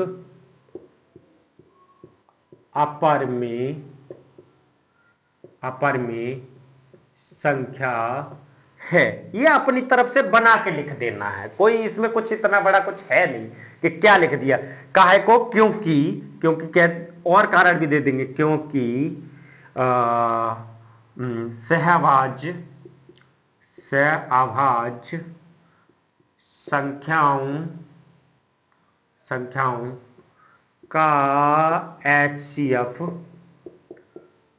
5 है। ठीक है बेटा, क्लियर, कोई दिक्कत परेशानी, हमने कंडीशन दे दी, बता दी, बस यही पूछ रहा है, सिद्ध करवा रहा है, तो बस यहां तक होता है, तुम्हारा 5 नंबर क्लियर हो चुका है बेटा। ठीक है, तो चलते हैं बेटा अगली सवाल की ओर। चला, दूसरा सवाल क्या है, सिद्ध कीजिए कि 3 + 2√5 एक अपरमेय संख्या है। क्या है, सिद्ध कीजिए कि 3 + 2√5 एक अपरमेय संख्या है। हाँ जी बिल्कुल बेटा, सवाल हल करने से पहले कुछ चीज हम बता दें कि बेटा कि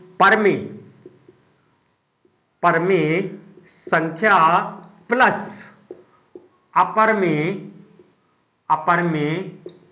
संख्या को अगर जोड़ा जाता है तो निकल के आती है हमारी अपरमेय संख्या। क्या आती है, अपरमेय संख्या बेटा। ठीक है, अगर परमेय संख्या और अपरमेय संख्या को हम जोड़ रहे हैं तो हमारी अपरमेय निकल के आती है।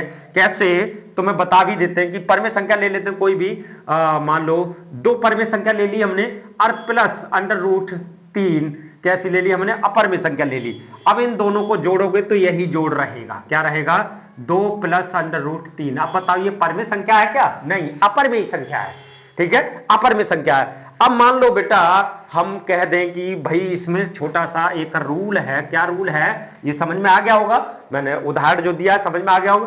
चाहे परमेय संख्या को घटाएं या जोड़ें या फिर गुणा करें या भाग करें, सब निकल के आती है हमारी अपरमेय संख्या। क्या निकल के आएगी बेटा, चाहे जोड़ें घटाएं या भाग करें, क्या निकल के आती है हमारी अपरमेय संख्या। क्या आती है बेटा, अपरमेय संख्या ही आएगा, ये रूल है बेटा। ठीक है, समझ में आई कि नहीं बात, समझ में आ गया होगा। तो बेटा अब सवाल को हल करते हैं कि क्या सवाल हमारा कह रहा है, सिद्ध कीजिए कि 3 + 2√5 एक अपरमेय संख्या है। हाँ जी बिल्कुल, हल डाल लेते हैं, यहाँ पे हल डाल लो, हल डाल लिया बेटा, हल डाल लो। क्या 3 + 2√5 क्या एक अपर में मतलब अपर में संख्या है? तो हम वही विरोधाभास मान के, यानी कि माना 3 + 2√5 एक परमेय संख्या है। बेटा मान लिया, चलो 3 + 2√5 बराबर P/Q। ठीक है बेटा, इसके बराबर मान लिया। और क्या लिख देंगे यहाँ पे? P और Q पूर्णांक है। क्या है?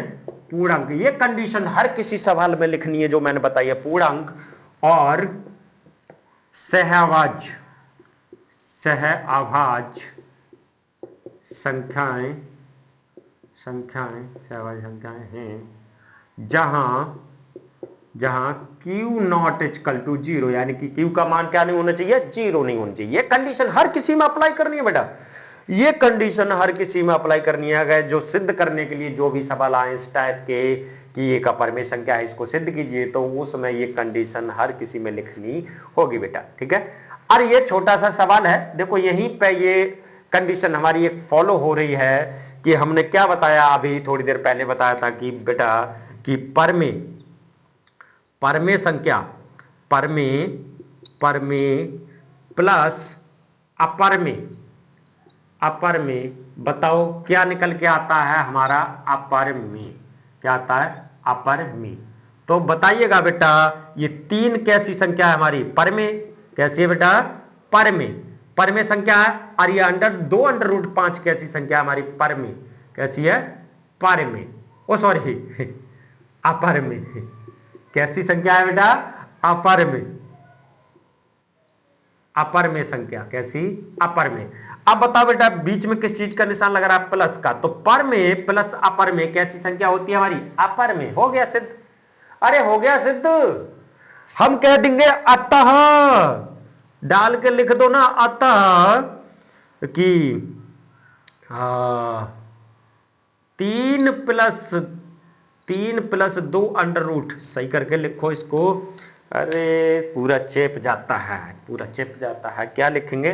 3 + 2√5 एक अपर में संख्या है, क्योंकि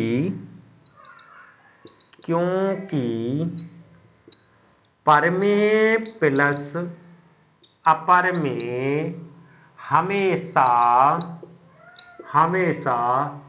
अपर में परमेय होता है। तो लिख देंगे मानी हुई कल्पना गलत है। ओके, हो गया सवाल। बताओ, सिंपल था ना? चलो चलते हैं तीसरी सवाल की तरफ। ये रहा इस प्रश्नावली का भी लास्ट सवाल है, यहां पर हो जाती है हमारी प्रश्नावली, खत्म हो जाएगी। तो बेटा क्या है? सिद्ध कीजिए कि निम्नलिखित संख्याएं क्या अपर में संख्याएं हैं? अपर में हैं। हाँ जी बिल्कुल, ये 3 सवाल दे रखे हैं। 1/√2, सेकंड सवाल 7/5 और तीसरा सवाल है 6 + √2। बेटा ये सिद्ध करवा रहा है, ऐसे ही सिद्ध करनी है। देखो आराम से ये सिद्ध हो जाएगी कि ये परमेय संख्या है। कैसी है? परमेय। और प्लस ये अपर में है, तो क्या निकल के आता है हमारा? अपर में। क्या निकल के आता है? अपर में। क्या आता है? अपर में। अब बेटा ये भी कैसी संख्या है हमारी? ये देखो, ये 7 कैसी है हमारी? 7 कैसी है हमारी? परमेय। क्या है? परमेय। और ये √5 कैसी है हमारी? अपर में। क्या है? अपर में है कि नहीं? और बीच में किस चीज का निशान है? गुणा। तो क्या निकल के आती है हमारी? जो गुणा करते हैं तो क्या निकल के आती है? अपर में।